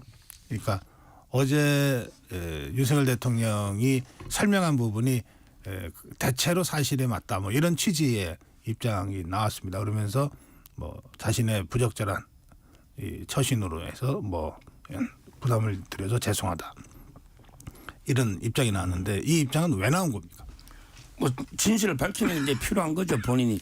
근데 저는 명태균 씨 말보다요 강혜경 씨 말을 더 신뢰하고 싶어요. 아 그래요? 강혜경 씨가 뭐랬냐? 대통령하고 이제 명태균 씨가 당선 이후에 관계 끊어졌다. 그 제보자 공익신고 1호 제보자 민주당이 떠받드는 그 강혜경 씨조차도 대통령하고 명태균 씨는 당선 이후에 관계 끊어졌다. 이렇게 정을 했거든요. 따라서 저는 뭐 명태균 씨 말도 오늘 맞고 그다음에 강혜경 그다음에 대통령의 설명 전부 다 이게 종합해 보면 초창기 경선 초기에 명태균하고 약간 뭐 만나거나 연락이 있었지만 어느 순간부터 이게 관계가 완전히 끊어졌고 대통령 당시에는 완전히 관계 끝났다. 이게 확실하다고 저는 보고 있습니다. 끊어진 것 같아요. 끊어진 것 같습니다. 제가 봐도 그러니까 뭐 이거를 이제 사자성어로 하면 토사구팽 뭐 이런 거죠. 여론조사 뭐 조작한 걸로 잘 이제 보고 올리면은 잘 활용하다가 이제 뭐 더 이상 쓸모가 없는데요. 그러니까 이제 굳이 막 이런 거 저런 거 청탁도 하고 이런 사람은 대통령이 바쁘신 분이 직접 통화를 했을까? 근데 김건희 여사랑은 계속 연락을 한 게 정황적으로 너무 많이 나오고 있잖아요. 지금 뭐 본인이 공개한 것도 있고 뭐 그 이후에도 해몽 맨날 뭐 꿈꾸면은 해몽하고 예를 들면은 뭐 찌라시 있었던 거 그런 거 물어보기도 하고 김건희 여사가 그러니까 김건희 여사를 통해서 윤석열 대통령한테 대통령이 된 이후에도 영향을 끼쳤을 수가 있겠죠. 그러니까 그거를 수사해 보자라는 거예요. 그러니까 그래서 결국은 이번에 최근에 총선에 김영선 공천과 관련해서 어떤 영향력을 행사하는지 그거를 보면 될 것 같고 명태균은 결국은 지살라고 하는 겁니다. 예, 지금 상황은 뭐 경솔한 뭐 발언 때문에 상처받으신 모든 분께 사과드립니다. 이 얘기했잖아요. 누가 상처를 받았나요? 물론 이제 크게 보면은 국민들도 받았겠죠. 그런데 여사님 죄송합니다. 대통령님 죄송합니다. 전 그렇게 읽었어요. 그거의 지칭하는 거는 정확하게 제가 이거 다 공개해가지고 그러니까 본인이 뭐 다른 언론 인터뷰 뭐 SBS나 이런 데 보면은 나 SOS 치는 거다 지금 용산에다가 이런 얘기를 지금 인터뷰로도 했어요. 그러니까 본인은 살라고 하는 겁니다 지금. 근데 여기까지 이제 왔으면은 대통령이 저렇게 각을 잡았구나 그러면 그러면 공천 개입 아니네라고 본인도 그럼 본인한테 유리한 거니까 그렇게 대통령의 입장에 따르는 게 그런 식으로 이제 가는 거다 이렇게 보시면 될 것 같아요. 예. 자기 살기 위한 것이다. 예. 자. 어제 그 기자회견에서 나왔던 굉장히 중요한 포인트 중에 하나는 그 여권 내부 갈등과 관련된 대통령의 시각이었어요. 이 부분 그리고 이걸 어떻게 해결할 것이냐에 대한 그 대안이었는데 이를 통해서 또는 목표가 같으면 뭐 그런 취지의 그 설명이 있었습니다. 이거 어떻게 보세요? 그러니까 당정 뭐 화합을 통해서 뭐 이제 국정과제 헤쳐나가겠다 대국민 담화에서도 나오고 뒤에 질문에서도 이제 그 답변을 했잖아요. 그리고 뭐 언론이 뭐라고 했더라 이간질한다라고 했나 뭐 이런 표현도 좀 비슷한 제가 정확한 워딩은 안 나는데 뭐 그런 비슷한 표현을 썼어요. 그러니까 언론이 없는 거를 만들어서 쓰지는 않습니다. 예, 그거를 조금 더 확대 해석하든지 그런 거는 언론의 자유죠. 그러니까 왜 그런 식으로 박대를 하고 독대를 안 하려고 하고 건의를 한 거를 다 무시하고 그랬는지에 대해서 좀 정확하게 설명하셨으면 좋겠고 국정 동력이 있어야지 4대 개혁을 합니다. 4대 개혁을 잘해가지고 국정 동력이 생기는 게 아니에요. 그러면은 한동훈 대표의 목적이 뭐든 본인이 차기 대선에 나가려는 욕심이 있든 어쨌든 지지율을 올려야 됩니다. 그렇게 이제 이해를 해야 되는데 지금 어제 기자회견도 지지율에 전혀 도움 안 되는 얘기만 변명만 잔뜩 늘어놓고 이러면은 이게 되겠습니까? 그래서 당정 화합이라는 게 어떻게 가능한지 말은 그렇게 그럴싸하게 하셨는데 대통령이 어떻게 하려는지에 대해서는 저는 잘 이해가 안 가요. 예. 네. 저는 어제 이 부분이 대통령이 진짜 명답이라고 생각해요. 제가 타게 그냥 무릎을 치면서 야 이게 진짜 답이다. 왜 한동훈 대표와 갈등이 있잖아요. 저도 이제 그 방송하다 보면 옛날에 그 보수 패널들이 많이 있죠. 옛날에는 호영호제 하다가 요즘에 친한동훈, 친윤석열 막 갈라져 가지고요. 패널들끼리도 막 싸워요. 앙금이 있단 말이에요. 그러면 이런 앙금을 어떻게 풀까요? 저는 이래 봅니다. 자기 일을 열심히 해가지고 하다 보면 나중에 뭐 보수 후보가 대선 후보 정해지면 또 하나가 돼가지고 이재명 대표하고 싸운다든지 이렇게 각자 저는 뭐 친윤으로 분류하더라고요. 또 어떤 분은 친한도 있을 거예요. 이렇게 각자 일을 열심히 하면 나중에 하나가 돼가 만납니다. 왜? 그때 대선 본선에는 한동훈 대표가 후보가 되면 저도 한동훈 밀어야 되잖아요. 후보가 되는 사람 밀어야 돼요. 오세훈 되면 오세훈을 다 밀 거예요. 이래 되면 각자 일을 열심히 하다 보면 언젠가는 큰 나중에 끝에는 만나게 되는 이게 갈등 해소예요. 갈등 해소라는 게 뭐 만나서 밥 먹고 독대하고 차 마시고 술 마시고 이게 갈등 해소가 아니고 각자 일을 각자 위치에서 열심히 하자. 그러면 이게 언젠가는 다시 하나가 될 수 있다. 이 답 아닙니까? 저는 이걸 듣고 이게 야 대통령이 진짜 고민을 많이 했구나. 이런 게 아주 저는 무릎을 탁 쳤어요. 그 예를 친윤을 드셔가지고 근데 본인 스스로 친윤이라고 분류되더라 이렇게 말씀하셨어요. 되더라고 언론에서. 그러니까 본인도 그렇게 생각하세요? 친윤이라고? 뭐 저는 싫지 않은 호칭입니다. 싫지 않은 호칭. 그러면 그 김준일 평론가는 뭐예요? 친윤이에요? 친한이에요? 친이예요? 뭐예요? 저는 친고성국입니다. 고맙습니다. 근데 두 분이 달라도 너무 다르시네요. 이게 그러니까 뭐 생각이 다를 수 있죠. 사람이 원래 생각이 예. 다를 수가 있는데 국민의 민심이 어느 쪽에 가 있는지를 봐야 되는 것 같아요. 그러니까 뭐 친윤 생각을 가지실 수 있는데 이게 소수파인 거는 명백하잖아요. 지금 대통령 네. 지지율이나 뭐 여러 가지 상황을 봤을 때 그러면 이거를 어떻게 반대의 목소리도 어떻게 수용을 해가지고 이거를 고쳐나갈 것인가인데 어제 대통령의 말씀은 결국은 마이웨이 하겠다라는 걸로 저는 봤어요. 사과는 했지만은 내가 뭘 사과해야 되는지 잘 모르겠고 결국은 그러면은 이게 지지율이 오를 것이냐. 자 보십시오. 대통령은 항상 옆에서 뭐라고 막 언론이 얘기하거나 그러면은 해요 뭔가를. 예를 들면 영수회담 왜 안 하냐. 어떻게 야당 대표 한 번도 안 만나냐. 그럼 영수회담 합니다. 어떻게 당대표 여당 대표 안 만나냐. 한동훈 독대해라 그래서 뭐 면담이 됐든 뭐 합니다. 8월 말에도 기자회견 왜 안 하냐 그러니까 기자회견 했잖아요. 그거 한 다음에 지지율이 올랐습니까? 그러니까 태도가 변해야 돼요. 항상 보면은 잠깐 이제 사람들도 봐요. 이게 뭐지 하고 있다가 또 떨어지고 계단식으로 이렇게 계속 떨어졌어요. 그래서 지금 다 10% 다 찍고 있잖아요. 그러니까 이번에도 마찬가지예요. 잠깐 주춤하겠지만은 결국은 떨어지고 근본적인 쇄신 그거 변화를 국민들이 지금 받아들이지 못하는데 거기에 대해서 친윤들이 그러면 우리 서정욱 변호사도 영예스러운 호칭이라고 하시니 친윤들이 답을 내놔야 돼요. 답은 안 내놓고 뭉치기만 하면서 한다. 이게 말이 됩니까? 그러니까. 그러면 네. 이번 기자회견 이후에 지지율은 더 떨어질 거다. 잠깐 그렇게, 주춤하겠지만요. 잠깐 주춤하다가 또 떨어질 다시 거다. 더 떨어질 계단식으로 겁니다. 예. 이렇게 전망하셨어요. 예. 뭐 저는 그래 안 봅니다. 이번에도 여론조사 공정 대련 거기는 26% 놓은 게 있다는 걸 말씀드리고요. 뭐 아마 이제 바로 V자로 급반등하지는 않을 거예요.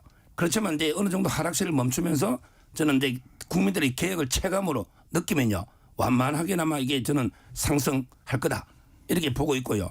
가장 지지율이 중요한 게 대통령 지지율을 봐야 돼요. 그러나 국민들한테는 안 보는 것처럼 행동이 됩니다. 이게 로마의 그 초대 황제 아우구스투스가 한 말이에요. 지도자는 보기 싫은 걸 봐야 돼요. 그런데 국민들한테는 안 보는 것처럼 행동이 됩니다. 그러니까 윤석열 대통령이 축구나 야구할 때 뭐 스코어 보면서 볼 치느냐 이런 태도는 저는 아주 좋다 봐요. 그렇지만 이제 몰래 뒤에서 지지율 보면서 좀 고민하면서 근데 지지율은 동력이잖아요. 어떻게 보면 따라서 이제 좀 지지율에 신경을 쓰면서 앞으로 하다 보면 조금씩 저는 상승할 걸로 봐요. 예. 짧게 한 말씀씩 듣고 마무리하겠습니다. 지지율 그러니까 전광판을 안 보는 게 자랑이 아닌 게 대선 후보 때는 선수거든요. 운동으로 치면은 지금은 감독이에요. 종합적으로 선수들이 잘 뛰게 하려면 스코어 보고 전략을 짜야죠. 희생번트를 냈지 뭐 이런 거를 해야 되는데 그걸 자랑이라고 얘기하시면 안 돼요. 지금 지지율 보고 어떻게 올릴지 강구하셔야 됩니다. 예.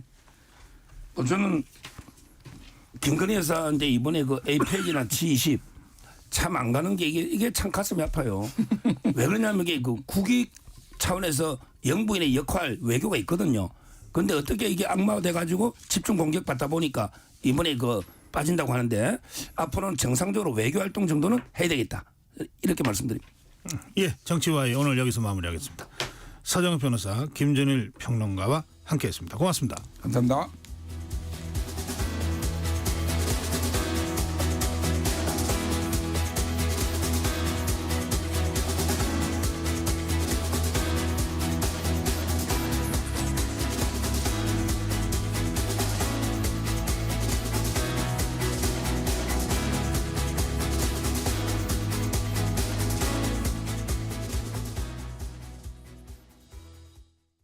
잠시 후 8시 반부터 일부 지역국에서는 해당 지역 방송을 보내드립니다.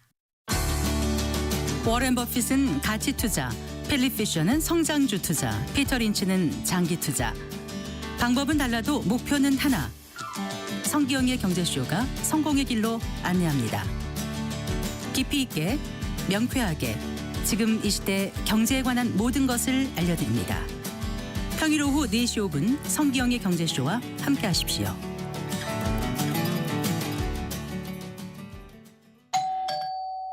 편지 왔습니다. 퇴근길 지친 당신에게 힘이 되는 뉴스를 전해드립니다. 매일 저녁 5시 5분 당신과 함께 읽는 세상 이야기 KBS 1라디오 뉴스레터 K. 지금 시각은 8시 30분입니다. KBS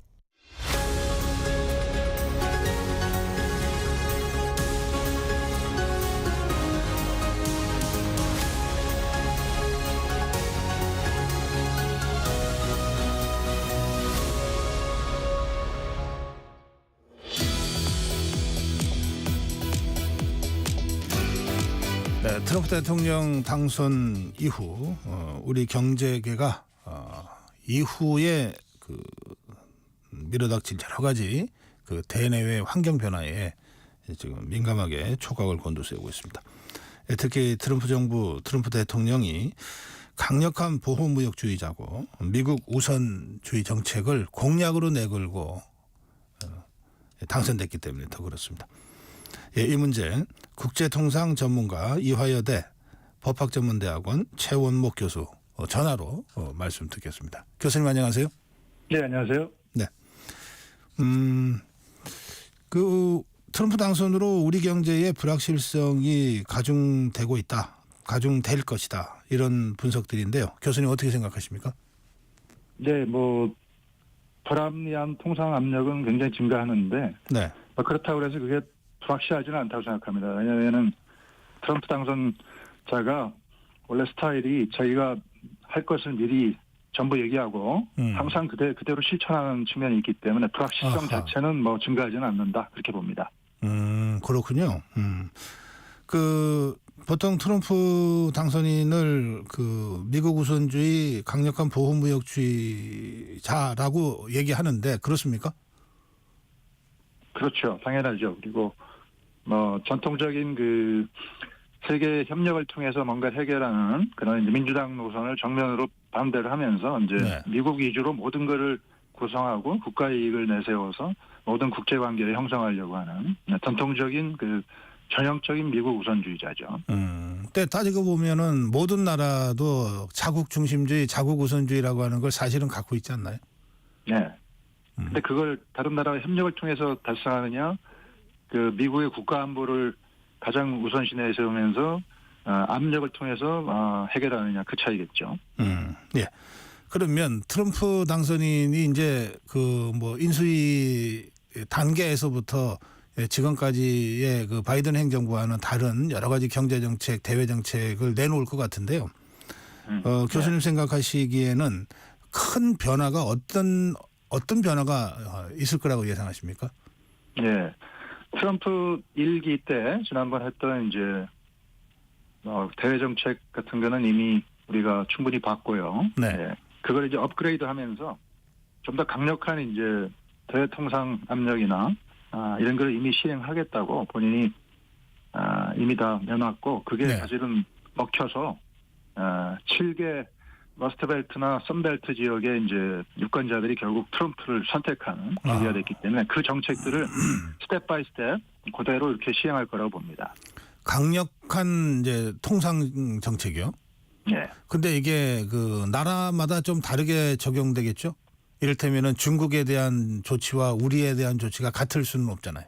그렇습니다. 그래서 이미 그 보편적으로 모든 나라에 적용되는 보편 관세를 최소한 10%는 모든 품목에 대해서 정해서 미국 산업을 전반적으로 보호한다는 공약을 했고요. 그것도 그대로 할 거라고 봅니다. 근데 그다음에 국가별로 특성화해서 미국에서 무역 수지 흑자를 많이 보는 나라를 타겟으로 해서 그런 나라가 미국이 부과하는 관세보다 더 많은 관세를 부과하고 있다는 이런 상호성이 맞지 않기 때문에 그 차액만큼을 그런 나라를 타겟으로 부과한다는 상호 관세 개념도 제시했고요. 네. 중국은 특별히 최소한 60% 관세 이상으로 중국 제품에 대해서 전반적인 이제 중국 때리기를 올인한다는 그런 정책도 발표했습니다. 그 세 가지 차원이 있다고 말씀하신 거네요. 하나는 모든 나라에 적용되는 보편 관세 10% 정도 인상하는 거. 그다음에 상호 관세, 특별히 미국한테서 돈을 많이 벌어가는 나라에 호혜적으로 적용하는 상호 관세. 그다음에 그럼 중국은 뭐라고 표현을 하는 겁니까? 이제 중국은 완전히 중국 경제와 미국 경제는 이제 분리할 때가 됐다. 그래서 이제 디커플링으로 가겠다 그러면서 이제 60%의 관세 장벽을 쌓아서 이제 중국 제품들이 미국에 거의 못 들어오게 만들고 또 자동차나 이런 품목은 중요한 품목이기 때문에 미국 국가 안보를 위해서 중국산 자동차는 아예 수입 금지시켜버리는 그런 쪽으로 가서 이제 중국과는 완전 경제를 좀 분리하는 쪽으로 이렇게 움직이게 되겠습니다. 그게 현실화될 가능성이 있다고 보시는 거죠? 네, 현실화될 거라고 봅니다. 트럼프는 얘기하면 하는 사람이다. 네, 그리고 그 자체가 이미 트럼프 일기 때 관세 장벽이나 뭐 쿼터나 이런 거는 이미 본인이 공약한 대로 실현한 그런 측면이 있고 네. 지금은 그거보다 좀 더 빌드업해서 가는 거고 또 일기 때 했던 트럼프의 관세를 바이든 행정부도 없애버리지 못했고 그대로 유지한 측면이 있기 때문에 자신의 정책이 이미 미국의 전반적인 공감을 얻었다는 그런 컨센서스가 형성됐다는 그리고 그거에 의해 미국과 중국 간의 패권 전쟁에 불가피한 방향이다 하는 거에 대한 미국 국민들의 컨센서스는 이미 형성됐다고 보기 때문에 이번에는 좀 더 그걸 강화해서 정책을 취하는 게 무리가 없다고 정치적 무리가 없다고 판단할 것 같습니다. 네, 중국에 대해서 아주 높은 관세의 부과와 또 특정 품목에 대해서는 아예 수입을 못하게 하는. 네. 이렇게 되면 중국이 망하게 되나요? 뭐 중국은 나름대로 지금 서플라이 체인을 구성하고 있고요. 네. 뭐 원벨트 원로드 저 프로젝트나 이런 게 중국을 중심으로 한 세계의 그 공급망을 형성하는 1대1로 정책이나 이런 게 그동안에 진행되어 왔지 않습니까? 그리고 그렇죠. 중국도 맞법을 취하면서 역시 미국과 중국 간의 디커플링은 어느 정도에 진행되고 있는 상황이었기 때문에 이제 미국이 본격적으로 더 디커플링 쪽으로 가게 되면 중국도 그거에 대응하는 정책을 취하면서 결국에는 두 나라 간의 격리는 불가피한 노선으로 갈 거다. 네. 그렇게 봅니다. 그러면 이른바 그래서 중국이 망하지는 않겠죠. 예, 이른바 미중 그 경제 전쟁 이게 제2기 미중 경제 전쟁이 다시 전면화된다 이렇게 봐야 되나요? 네, 전면화되고 그게 이제 일본과 미국도 옛날에 그런 적이 있었는데요. 일종의 패권 분쟁이었는데 네. 그게 이제 한쪽이 항복을 하면서 뭐 환율 조정이나 이걸 통해서 전체적으로 이제 새로운 교역 체제를 갖추게 되면은 그 보복이 끝나게 되는데, 네. 근데 이제 중국이 뭐 미국과 환율을 대폭 조정해서 뭐 관계를 설정할 것 같지는 않고요. 중국은 뭐 미국의 안보로 의존하는 것도 아니고, 중국은 또 핵 대국 아니겠습니까? 그래서 결국에는 두 나라 간의 이제 패권 모드는 당분간 한 최소한 10년, 20년은 진행될 거라고 보고, 이제 그 후에 양 국가 간의 관계가 어떻게 되느냐에 따라서 옛날에 미국과 일본이 했던 플라자 합의나 이런 게 성립될 가능성은 그 다음에 결정될 거라고 봅니다. 예, 이렇게 되면 사실 우리가 자칫 잘못하면은 두 나라에 끼어서 또 고생할 수도 있을 것 같은데요. 그렇죠. 우리나라 전형적인 샌드위치 경제 형태죠. 네. 이거 우리가 어떻게 돌파해 나가야 됩니까? 그래서 결국에는 우리나라는 뭐 미국 시장도 양보할 수 없고 중국 네. 시장도 양보할 수 없기 때문에 선택은 뭐 뻔합니다. 우리나라는 양 시장에 다 어떤 균형추라든지 안전망을 우리가 할 수 있는 범위 내에서 최대한 갖춰야 되기 때문에 네. 결국은 미국 시장에서 어떤 상호 관세라든지 이런 거에 그 타겟을 받지 않도록 어떤 그 대미 무역 흑자를 지나치게 많이 보는 거를 우리 스스로 좀 미리미리 좀 다변화할 필요가 있고요. 돈을 좀 적절 수준으로 조정해 가면서 벌어야 된다. 네. 예. 돈을 많이 벌어서 보복을 당해서 그게 확 줄어드는 것보다 네. 적당하게 벌어서 조절해서 보복을 당하지 않는 게 더 나을 수 있기 때문에 예. 올해는 500억 달러라는 사상 최대 흑자를 볼 거라고 예상이 되는데요. 이렇게 되면 이게 타겟이 됩니다. 그래서 또 벌어도 막 내놓고 자랑하고 그러면 안 되겠네요. 네. 그리고 이제 대외 투자 측면에서도 중요합니다. 우리나라가 사실은 전자제품이나 뭐 이런 제품들은 우리나라에서 생산하는 게 아니고 지금은 해외 생산 기지가 다 있습니다. 예. 그래서 자동차도 그렇고요. 그래서 지금은 해외 생산 기지에서 미국으로 수출하는 시대거든요. 그래서 그런 해외 생산 기지가 되는 동남아나 이런 국가들이 미국과의 관계에서 상호 관세로 이렇게 타겟이 되면 결국에 우리나라가 현재 생산하는 게 미국으로 갈 때 보복 관세를 받게 되는 셈이니까. 그러네요. 우리나라가 해외 투자 생산 기지를 어느 나라에 수입할지, 얼만큼 그 생산 기지에 생산할지를 그 나라와 미국과의 관계를 생각하면서 미리미리 조정해서 그게 상호 관세 또 대중 보복 관세 이런 데 걸리지 않도록 지금부터 해외 투자 생산 기지에 대한 투자 정책을 다변화하는 그걸 정확히 계산해서 그거에 따라서 투자 계획을 세우는 그런 정책도 필요하다고 합니다. 근데 교수님 말씀하신 것은 사실 개별 기업 차원에서 이 전체를 다 고려하면서 개별 기업의 투자를 조정하기가 쉽지 않잖아요. 그걸 계산해야 됩니다. 그래서 뭐 삼성이나 뭐 SK나 우리 뭐 현대나 이런 글로벌 기업들은 그 당연히 계산해야 되고요. 네. 지금 이제 여러 생산 기지들이 여러 군데 있습니다. 아하. 미국 국내에도 들어가 있고. 그래서 네. 미국 국내에서 국내로 들어갈 건 들어가고 동남아나 저 해외 중국이나 이런 데 들어가 있는 기지도 이미 있기 때문에 네. 어차피 투자를 하고 있는 상황에서 앞으로 투자 확대 정책이나 이런 걸 어차피 취해야 되는 상황에서 미국발 리스크, 트럼프 리스크를 분명히 계산해서 그 종합적인 플랜 하에서 정책을 취해야 된다 그렇게 봅니다. 트럼프 당선 확정 직후에 나스닥이 최고치 경신하는 그 보도들이 있었거든요. 그렇죠. 그런데 우리 코스닥은 떨어졌어요. 이건 왜 그렇습니까? 그 우리나라는 뭐 무역 흑자를 많이 보는 나라고 그래서 네. 결국은 트럼프발 리스크에 직면한 나라고 네. 또 지금 말씀드린 바대로 여러 가지 리스크를 조정해야 될 필요성이 있기 때문에 결국 우리 주력 수출 상품들이 결국은 앞으로 수출 전망이 부정적이다. 네. 그래서 그게 우리나라 주가가 반영돼 있다 그렇게 봅니다. 그게 특히 반도체나 전기자동차나 이쪽 부분이겠네요. 그렇죠. 맞습니다. 그래서 이제 개인 투자자들 입장에서도 이런 트럼프 그 이펙트라고 하는 것에 그 가져오는 여러 가지 복합적인 영향을 잘 판단하셔서 투자를 신중하게 하셔야 될 것 같은데 그 반도체하고 그 전기자동차 같은 거요. 이거 당장 우리 반도체가 뭐 삼성전자, SK하이닉스 이게 우리 주력 수출 그 견인차인데 어느 정도 타격을 받게 될까요? 그 보편 관세 10%는 우리나라도 부과받을 거고, 네. 이제 상호 관세를 부과받느냐 마느냐 이제 그 문제인데, 그 위험은 지금 말하는 제가 말씀드린 다변화 정책으로 분산시켜야 될 거고요. 네. 근데 이제 반도체나 뭐 자동차 이런 경우는 이제 우리나라가 미국에 이미 투자를 하고 있습니다. 뭐 텍사스 공장이나 인디애나나 조지아나 미시간 이런데 우리 반도체나 전기차 공장들이 설비되고 있거든요. 네. 그래서 그 리스크를 이제 미국 국내에 들어가서 생산함으로써 리스크를 이제 리스크 받지 않을 가능성이 있는 부분도 있거든요. 네. 결국에는 미국 국내 투자도 늘려야 되고 그렇게 되면 뭐 미국 국내에서 생산하는 거니까 뭐 트럼프 리스크가 없어져 버리죠.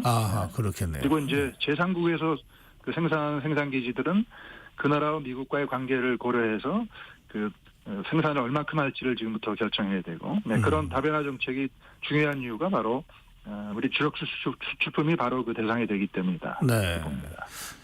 지금 교수님 일관돼서 말씀하시는 게 바로 그런 이제 그 수출 다변화 또 기업들 차원에서도 위험을 분산할 수 있는 이런 얘기들을 하셨는데 투자 다변화죠. 단위 기업 차원에서도 해야 되지만 정부 차원에서 정말 종합적으로 뭔가를 좀 어떤 뭐 TF라 그럴까 이런 거를 구성해서라도 당분간 좀 운영을 해야 되겠습니다. 네. 그래서 지금 정부는 무슨 핵심 자원이나 광물이나 이런 거를 좀 확보하는 거를 이제 정부의 어떤 무슨 서플라이 체인을 구축하는 걸 실적이라고 정부가 자꾸만 지금 강조하는데요. 네네. 사실 그건 기업들이 하는 겁니다. 정부는 그 통계만 모아가지고 마치 뭐 정부가 뭐 해주는 것처럼 사실 그러는데 제가 보기에는 다변화 조치 이런 거는 기업 주도로 하는 거고 정부는 좀 도와주는 것뿐이고 정부는 역할이 따로 있습니다. 정부는 미국발 리스크와 그걸 또 맞보복하는 중국발 리스크를 동시에 관리해야 되기 때문에 제가 제안하는 거는 그 어차피 1월 바에는 그 북미 자유무역 협정이 이미 체결되어 있습니다. 그래서 미국과 캐나다와 멕시코가 하나로 묶여 있고, 그렇죠. 캐나다나 멕시코에 대해서는 미국이 특별 대우를 해줍니다. 그래서 여러 가지 보복을 취할 때 예외로 많이 해줍니다. 그리고 보조금 같은 거를 전기차 보조금 같은 거를 줄 때도 특별 대우를 해서 거기에서 생산되거나 거기서 뭐 부품을 사용하게 되면은 보조금 수혜 대상에 포함시켜 줍니다. 그럼 우리나라도 거기 들어갈 수 있어요? 네, 우리나라도 거기 가입을 신청해서 협정이라는 건 가입할 수 있습니다. 그래서 우리나라도 북미 자유무역협정에 아예 그냥 가입 신청을 해서 3개국이 아니고 이제 우리나라까지 한 4개국으로 묶어버리는 그런 식의 접근을 할 필요가 있어서 그러려면 이제 미국과 협상을 해야 되기 때문에 우리나라도 양보할 거야 하고 우리나라 이제 가입함에 따른 이익을 계산해서 그 적극적으로 그걸 추진해야 되고요. 알겠습니다. 예, 기업이 할 일이 있고 정부가 할 일이 따로 있다. 오늘 말씀 여기까지 듣겠습니다. 네, 감사합니다. 네, 이화여대 법학전문대학원 최원목 교수였습니다. 이 시각 출근길 교통정보입니다. 히터를 사용하면서 졸음운전 위험도 높아졌는데요. 교통안전에 유의하셔야겠습니다. 중앙고속도로 부산 쪽으로 홍천 부근에서 사고 있었습니다. 현재는 갓길에서 처리 작업하고 있는데요. 부근에서 지체되고 있습니다. 같은 방향 만종 분기점 부근의 정체는 작업 때문입니다. 경부고속도로 부산 쪽으로는 대전 부근 1차로에서 작업이 진행되고 있습니다. 2km가량 정체가 이어집니다. 서울은 올림픽대로 하남 쪽인데요. 영동대교 부근에 화물차가 고장으로 서 있습니다. 2, 3차로가 막히면서 반포대교부터 여파를 받고 있습니다. 이 전후로는 행주에서 성산대교, 여의도 구간에서 정체되고 있습니다. KBS 교통정보센터에서 이현입니다.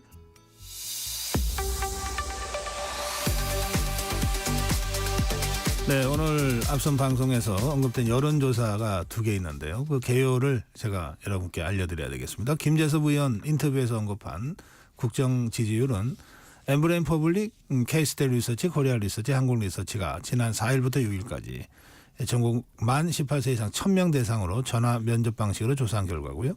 정치와이에서 서정욱 변호사가 언급한 여론조사는 데일리안이 여론조사 공정에 의뢰해서 지난 4일과 5일 성인 남녀 1000명에게 무선 ARS로 조사한 결과입니다. 두 조사 모두 중앙선거여론조사 심의위원회 여심이 홈페이지에서 여러분들 더 자세한 내용 확인하실 수 있습니다. 자, 뉴스 키워드입니다. 국민일보 김윤아 기자입니다. 김 기자 어서 오세요. 네, 안녕하세요. 네, 인공지능 기술을 활용해서 나쁜 짓을 많이 이제 하는데 그게 대표적으로 딥페이크 성범죄죠. 네, 맞습니다. 이거 정말 근절해야 되겠는데 정부가 대책을 내놨습니까? 네, 최근에 대학가뿐 아니라 중고등학교까지 이 딥페이크 범죄가 번지고 있는데요. 이 당사자 동의 없이 얼굴을 합성을 해서 성적인 영상물을 만드는 겁니다. 근데 한번 이런 영상이 퍼지게 되면 굉장히 빠른 속도로 퍼지기 때문에 피해가 클 수밖에 없는데요. 예. 그래서 정부가 대책을 내놨습니다. 일단 수사와 처벌을 강화하기로 했는데요. 위장 수사가 필요한 이유가 이 카카오톡 오픈 채팅방이나 텔레그램 비공개 대화방 이런 곳들에서 영상들이 은밀하게 퍼지거든요. 그래서 경찰이 몰래 들어가서 이걸 확인하는 게 필요합니다. 근데 그동안에는 아동 청소년을 대상으로 하는 성범죄물에만 위장 수사를 허용을 했습니다. 그런데 앞으로는 피해자가 성인인 경우까지 확대할 수 있도록 성폭력 처벌법 개정을 추진을 하기로 했고요. 또 딥페이크로 영상을 만들어서 파는 경우들 많은데 정부는 이렇게 범죄로 얻은 재산과 수익을 몰수하거나 추징을 하는 법 개정도 추진을 하기로 했습니다. 또 딥페이크 범죄를 중대범죄로 보고 구속 수사를 하겠다라고 원칙을 밝혔는데 네. 무엇보다 일단 영상이 유통되지 않게 빨리 삭제하는 게 중요합니다. 그렇죠. 그래서 만약에 카카오톡이나 텔레그램과 같은 곳에서 유통이 된다라고 한다면 사업자가 삭제 요청을 받고 24시간 안에 삭제를 해야 하고 그 결과를 방송통신심의위원회에 제출을 해야 합니다. 그리고 보통은 이게 성범죄 영상물이 맞는지 확인을 한 다음에 삭제 조치를 했었는데 이렇게 되면 시간이 많이 걸리기 때문에 앞으로는 일단 먼저 차단을 하고 범죄물인지는 나중에 방심위가 심의를 하게 됩니다. 네. 이 배달의 민족 같은 배달 앱들이요. 이게 좀 무료 배달이라는 표현도 쓰고 있는 거 가끔 봤거든요. 네. 근데 이게 진짜 무료 배달이냐? 예, 공정거래위원회가 조사에 착수했군요. 네, 사실 무료 배달이라고 하면 배달료를 배달의 민족 업체가 전액 부담을 하는 구조가 돼야 하는데 네. 이걸 과도하게 그 입점업체들한테 부담을 시켰거나 아니면 소비자한테 부담을 하도록 했는지 이걸 공정위가 들여다보고 있습니다. 네. 소비자들이 배달앱에서 음식 주문하면 원래 배달의 민족 같은 플랫폼 업체가 건당 3,000원에서 5,000원 정도를 본인들이 지급을 해야 하는데 이걸 입점업체가 2,900원 넘게 부담을 하고 있는 구조입니다. 근데 문제는 이게 결국에는 배달 음식 가격에 반영될 수밖에 없거든요. 그러겠죠. 그렇게 되면 소비자 부담으로 이어지는 구조가 되기 때문에 이건 무료 배달이 아니다라는 있다라는 게 입점업체들의 주장입니다. 배달 앱이 무료 배달하면 뭘로 돈을 벌어요? 네, 맞습니다. 상식적으로도 좀 네. 이상한 주장이네요. 네, 그래서 공정위가 판단을 했을 때 만약에 업체가 너무 과도하게 배달료를 부담하고 있고 또 배달비를 음식값에 반영하는 게 너무 광범위하게 이루어지고 있다라고 판단을 한다면 시정명령 내릴 가능성이 큰데요. 네. 근데 이걸 만약에 입점업체들한테 강제까지 했다라고 한다면 공정거래법 위반 혐의가 적용이 돼서 매출의 4%까지 과징금을 매길 수가 있습니다. 그리고 만약에 이 부담이 결국에 소비자들한테까지 갔다라고 판단을 한다면 표시광고법 위반이 됩니다. 그러니까 무료 배달이 무료 배달이 아닌데 무료 배달을 표현을 썼기 때문인데요. 이렇게 되면 매출의 최대 2%까지 과징금 처분이 가능해집니다. 배달업계는 어떻게 설명하고 있습니까? 네, 굉장히 반발을 하고 있는데요. 이 무료 배달이라는 뜻이 소비자가 배달비를 내지 않는다라는 뜻인 건데 배달앱뿐만이 아니라 뭐 그 택배 같은 것들도 무료 배송 같은 거 내건 서비스들이 있거든요. 그래서 여기들도 무료 배송이라는 표현을 쓰는데 배달앱만 이 무료 배달이라는 표현을 못 쓰게 하는 건 너무 과도하다 이렇게 주장을 하고 있고 실제로 법조계에서도 이게 허위 광고로 볼 것이냐에 대한 해석이 좀 엇갈리고 있습니다. 그래서 내년에 공정위가 상반기에 내놓을 결과에 관심이 쏠리고 있습니다. 네. 킥보드 없는 거리가 추진됩니까? 네, 맞습니다. 서울에서 추진이 되는데요. 이 킥보드라는 게 처음에는 어린이들이 타는 그 놀이 형태로 타는 그랬죠. 것들이었는데 최근에는 뭐 전자장치까지 부착을 해서 속도도 굉장히 빠르고요. 또 성인들을 대상으로 하는 그 킥보드로 다양해진 상태입니다. 또 공유 킥보드라고 해서 뭐 자전거처럼 자신이 원하는 구간만 일부 이용하는 형태로 활용이 되다 보니까 젊은 사람들이 굉장히 많이 이용을 하고 있는데요. 근데 문제는 이게 너무 늘어나고 있고 또 과속 위험도 높아지고 또 인도에 그냥 방치해 놓는 문제점도 커지고 있습니다. 그래서 보행자 안전에 위협이 되고 있다 보니까 아예 통행을 금지하는 킥보드 없는 거리를 서울시가 추진을 하기로 했습니다. 그래서 시범적으로 먼저 운영을 한다는 계획인데요. 올해 안으로 이 킥보드 때문에 사고 위험이 있는 도로 이런 것들을 선정을 해서 아예 통행을 하지 못하도록 한다는 계획이고요. 그리고 이후에는 시범 운영을 거쳐서 확대한다는 계획인데 그 불법 주정차된 전동 킥보드 요즘에 길거리에 굉장히 많이 있습니다. 근데 지금까지는 3시간 동안은 견인하지 않고 업체가 자율적으로 수거해 갈 수 있도록 좀 기다려줬는데 앞으로는 이렇게 그 수거를 하지 않으면 신고가 들어올 경우에 바로 견인을 하기로 했습니다. 네. 그 어린이 장난감처럼 시작된 건데 굉장히 속도가 빠르고 또 뭐 2명이 타고 막 가는 경우도 있고 네. 예, 그래서 또 여러 가지 사고도 나고 네, 맞습니다. 그래서 킥보드 없는 거리를 추진한다. 예. 커피 전문점 요즘 많이들 뭐 이용하시는데 가격이 천차만별이에요. 그러면 이게 가장 그 적정한 가격이 얼마 정도 될까? 이거 소비자들한테 조사한 게 있네요. 네, 소비자원이 조사를 해봤더니요. 소비자들이 판단을 했을 때는 아메리카노는 2,635원 정도, 그리고 카페라떼는 3,323원 정도가 적정하다 이렇게 답했습니다. 실제 가격하고 꽤 차이가 나는 건데요. 그러네요. 네, 뭐 아메리카노하고 뭐 카페라떼 그 평균 가격을 생각해 보면 실제 가격보다 그 한 30% 좀 저렴한 게 적정하다라고 소비자들이 응답을 한 겁니다. 그보다도 더 저렴하게 파는 그 체인점들이 요새 사람들이 많이 모으더라고요. 네, 그래서 오히려 저렴할수록 더 장사가 잘 되는 네, 시장이 형성이 되고 있는데요. 근데 최근에는 또 고가 커피 전문점에서 커피를 주문하는 방식도 스마트폰으로만 주문할 수 있게 이렇게도 열어놨거든요. 아, 그래요? 네, 그렇다 보니까 이것도 불편하다라는 소비자들의 지적이 있었고 실제로 이 스마트 오더를 운영하는 업체 중에 70%는 취소 기능을 아예 두지 않았습니다. 아하. 네, 그래서 소비자들이 이거를 주문을 잘못했을 경우에 취소를 할 수 없기 때문에 울며 겨자 먹기로 그냥 먹는 경우들이 있었거든요. 아, 그 주문과 동시에 결제가 되게 돼 있군요. 네, 맞습니다. 그리고는 취소가 안 되게. 네, 그래서 소비자원이 이 주문 변경을 하거나 취소가 가능하도록 조치가 필요하다 이렇게 권고를 했고 이게 발표가 된 직후에 스타벅스하고 투썸플레이스 같은 곳들이 취소하거나 변경하는 기능을 도입하겠다라고 밝혔습니다. 그런데 뭐 엔젤리너스, 더 리터 이런 곳들은 개선 여부에 대해서 아예 입장을 내지 않은 상황입니다. 네.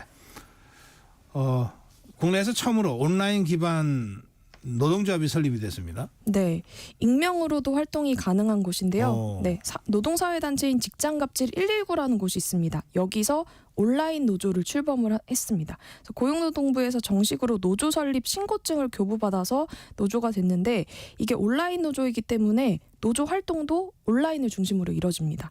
보통 노조들 하면은 그 특정 기업이나 사업장 중심으로 조직이 그렇죠. 되잖아요. 그런데 그렇게 되면 이제 기업하고 교섭을 직접 하는 방식으로 이뤄지는데 이렇게 온라인 노조를 만들게 되면 기존 노조와는 다르게 다양한 조합원들이 다 들어올 수 있습니다. 그러겠네요. 네, 그 왜 이렇게 한 거냐면 대기업이나 공공부문처럼 규모가 큰 곳이 아니면 노동자들이 노조에 가입하기가 어렵잖아요. 그런데 익명으로도 활동이 가능해요? 네, 그러니까 별명으로 활동을 하는데요. 그러니까 누구나 가입이 가능하기 닉네임으로? 때문에 노조 활동에 불이익을 받는다거나 이렇지 않고 조합비 월 5,000원만 내면 노조에서 그 뭐 전문 노동 상담 같은 것도 지원받을 수가 있습니다. 그렇군요. 예, 수능이 일주일도 남지 않았어요. 지금부터 일주일 정말 컨디션 관리 잘해야 될 것 같은데 주의해야 될 점이 있다면요. 네, 아무래도 긴장한 탓에 수험장에 가져가지 말아야 할 것들을 가져가거나 뭐 실수를 하면 부정행위로 간주가 될 수 있기 때문에 각별한 주의가 필요합니다. 가장 중요한 건 아무래도 뭐 늦지 않게 8시 10분까지 도착을 해야 하고요. 수험표와 그 신분증을 반드시 지참을 해야 되는데 최근에는 그 휴대폰에 모바일 신분증을 발급받아서 그걸 사용하는 경우도 많거든요. 많죠. 예. 네, 그런데 수능에서는 이게 인정되지 그거 가져가면 않습니다. 안 되죠. 네, 전자기기인데. 맞습니다. 그래서 주민등록증이나 운전면허증 그리고 뭐 기간이 만료되기 전에 주민등록 번호가 표시된 여권 실물 아니면 청소년증이나 학생증 이런 것들 그 규정에 맞는 걸 가져가야 하고요. 또 실수가 많이 나오는 부분이 전자기기인데 네. 휴대전화나 스마트폰 기기 이런 것들은 감독관 지시받아서 제출을 다 해야 합니다. 예. 시험 전날 갑자기 오랜만에 삼촌이 나타나서 짜장면 사주고 짬뽕 사주고 그러면은 시험 망치는 경우가 많다 그럽니다. 유의하시기 바랍니다. 네, 뉴스 키워드 국민일보 김윤아 기자였습니다. 감사합니다. 고맙습니다. 네. 11월 8일 금요일 전격 시사 오늘은 여기서 인사드리겠습니다. 다음 주 월요일 아침에 뵙겠습니다. 고맙습니다. 일상생활에서 유용한 가스